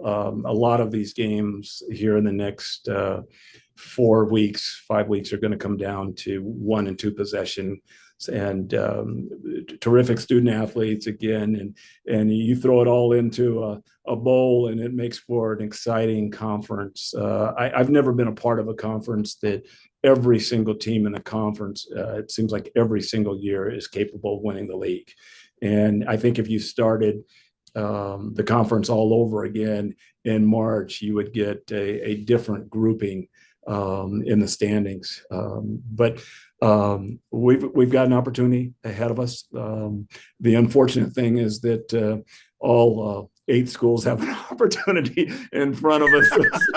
So that's the tough part about it. But we're excited. We've got a blend of young and old that are doing a good job for us. I really love the group. They're active learners and want to do well, and team-oriented guys, and I'm very, very fortunate to coach them. Yeah, I've always said the MAC Commonwealth, I think, is top to bottom the most competitive, difficult conference in the country, and people will shake their head at me and go, well, but there's no power who comes out of it. I said, that's not my point. My point is, from one to bottom, it doesn't matter. You're going to get a game out of somebody. It's going to be tough. You're going to get beat up. You don't have to be the best teams. And that might be the only drawback of the Commonwealth, is you don't get a national power that comes out of it. But you guys certainly enjoy it, and you have some good basketball games to watch. Often, Dave, when you sprint the marathon, there's not a lot of oxygen left for another lap around the track. So that's true. Yeah. So we beat ourselves up through the conference round robin piece, and then obviously in the conference tournament. So not to minimize others in other leagues, but it takes a lot out of you to get to the top of the mountain in this conference. Yeah, it'll be interesting as the conference evolves a little bit here with Lyco and Wilkes leaving the overall MAC, right, and how that'll impact things here moving forward. Dave, I would be remiss, real quick, if I couldn't just recognize Brian Baptiste. He's the he was on my note here.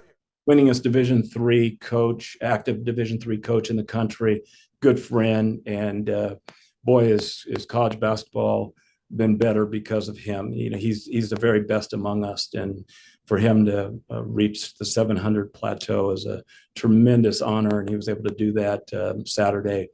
And I just wanted to acknowledge him publicly. Reached out to him today, but really an incredible achievement when you think about that.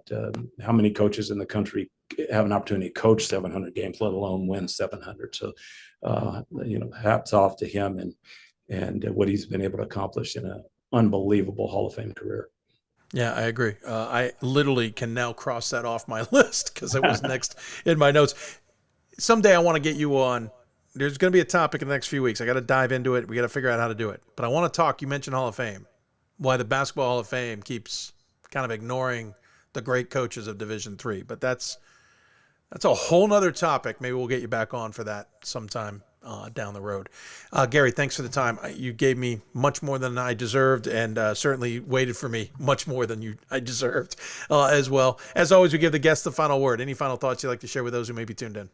Yeah, Dave, just glad to start 20th year of Hoopsville. You've done such a outstanding job and a great advocate for not only Division III men's basketball, but to the greater good, Division III at large. I can learn a whole lot about soccer from you over the years, and certainly you and I have had conversations about baseball and football and all things sports, and you've done a terrific job, and we're certainly speaking on behalf of all Division III, we're better because of you and the great work that you've been able to provide for not only coaches in this type of platform, but most importantly for the student athletes that have participated in collegiate athletics over the years. Well, thanks, Gary. I appreciate that, especially coming from you. I've treasured our friendship. Love chatting with you. Look forward to working with you down the road, maybe in the future as well. Well, some small projects here and there, but in the meantime, just love chatting with you. I know you're a busy man, so thank you for the time. It really meant a lot, and good luck the rest of the grind here. I know we'll be in touch, and we'll look forward to talking about the Mustangs soon enough. Well, the last time you wrote me in, we started the nation's largest Division III on-campus tournament. So I'll be under my desk when you knock on the door because I know you'll put me to work. But looking forward to it. I do notice you ignored me for a short period of time, probably for fears of that. Hey, Gary, it was fun. Thanks for the time. Take care of yourself. Hey, thanks, Dave. See ya. Gary Stewart joined us on the Blue Frame Technology Hoopsville Hotline. Really appreciate his time. Great conversation. Don't know if I did it justice, but I appreciate Gary answering those questions and giving us some insight. We'll take a break, wrap things up here in a moment. You're listening to Hoopsville, presented by D3Hoops.com. Back with more after this. Coach of the Year, Administrator of the Year, All-America Team, Wade Trophy. The WBCA doesn't just honor coaches, but players, administrators, and much more. The WBCA strives to honor those who have contributed to the advancement of women's basketball. Celebrate the present, honor the past, look to the future.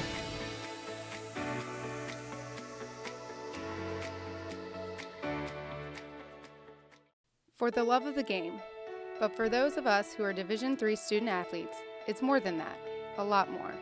Sure, the game is important, but as we work so hard to build both mind and body, it's more about team.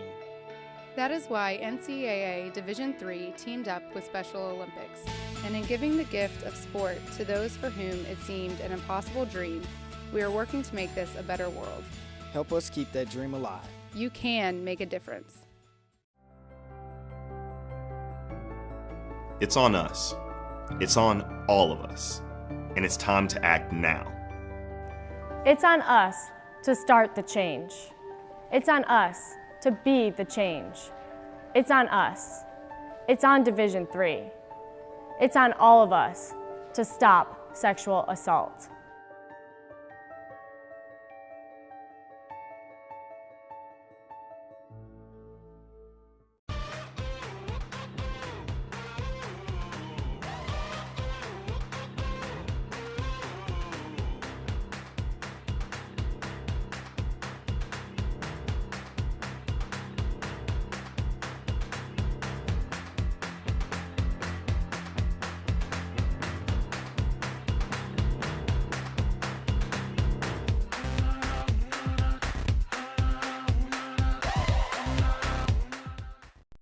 I learned a lot of valuable lessons playing college football. I never thought about the health benefits of exercise until I actually started to talk to coaches in college. It's not only just for performance, it's for life.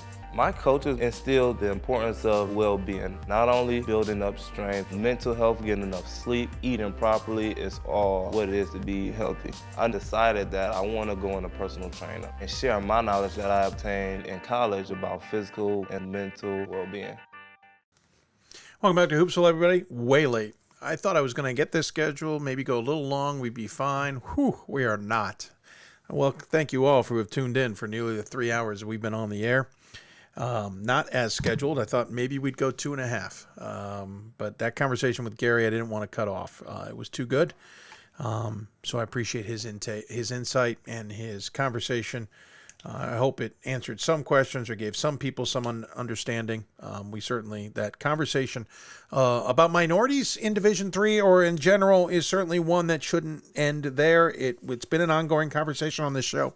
And when I mentioned earlier in the show that if I had my druthers and if I had the financial capabilities and all of that, there would be other shows to add. That is one of them, to talk about the minority aspect of life in Division III, from the student athlete, from the coach or the administrator, etc. Yeah, I'm a white guy. I get that. I would not be the solo guy or person, I should say, on the show. There are grand ideas up here in my head. Grand ideas. Just haven't figured out a way to put it all together because we've struggled a little bit to just put Hoopsville together. So real big thanks to the NABC, the WBCA, and all of our partners, Blue Frame Technology and D3 Hoops.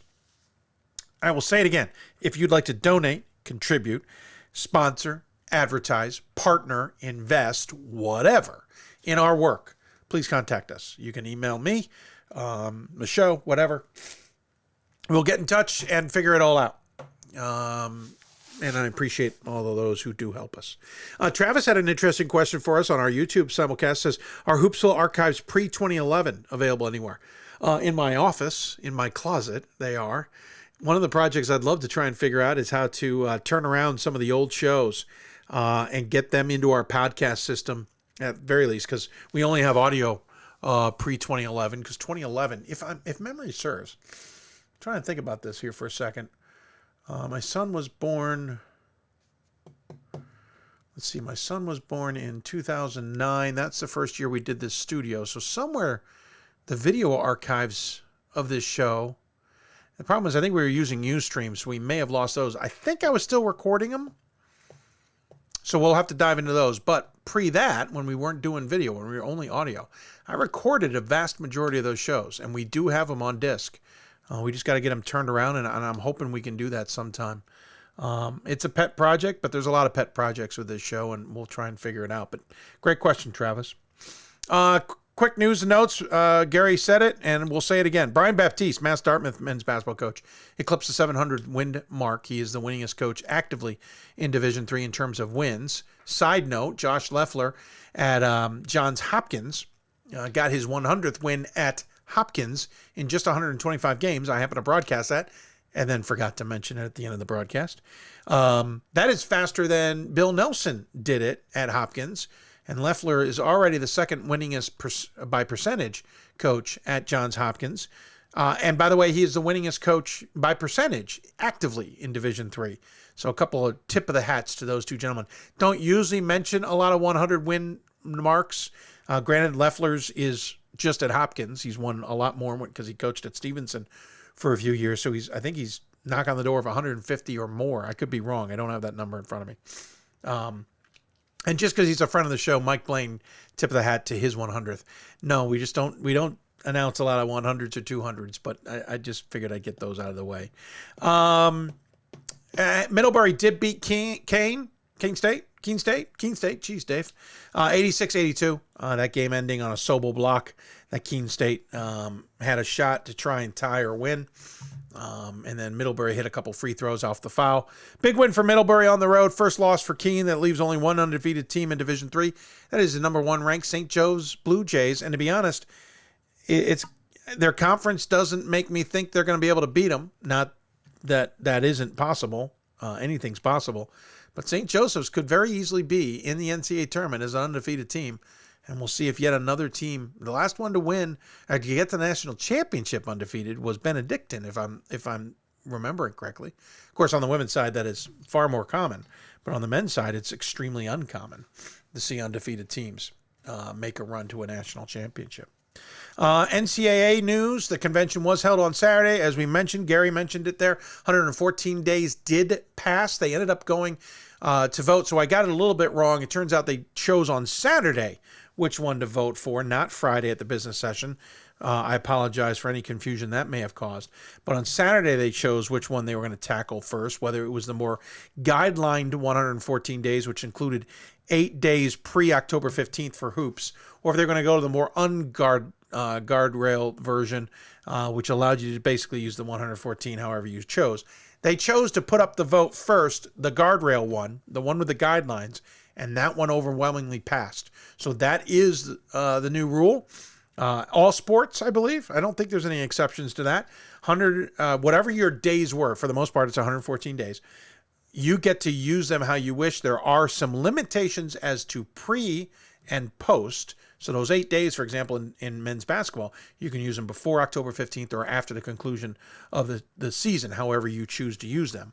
But now you can use 114 in the season, however you want as well. It helps it quite a bit in that sense.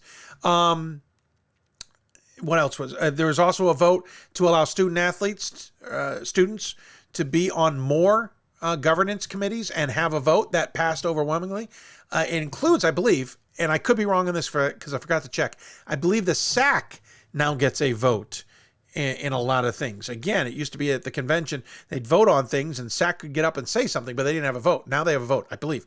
I Could have had that wrong, but most things passed at the convention. Almost nothing failed. There were a couple that did.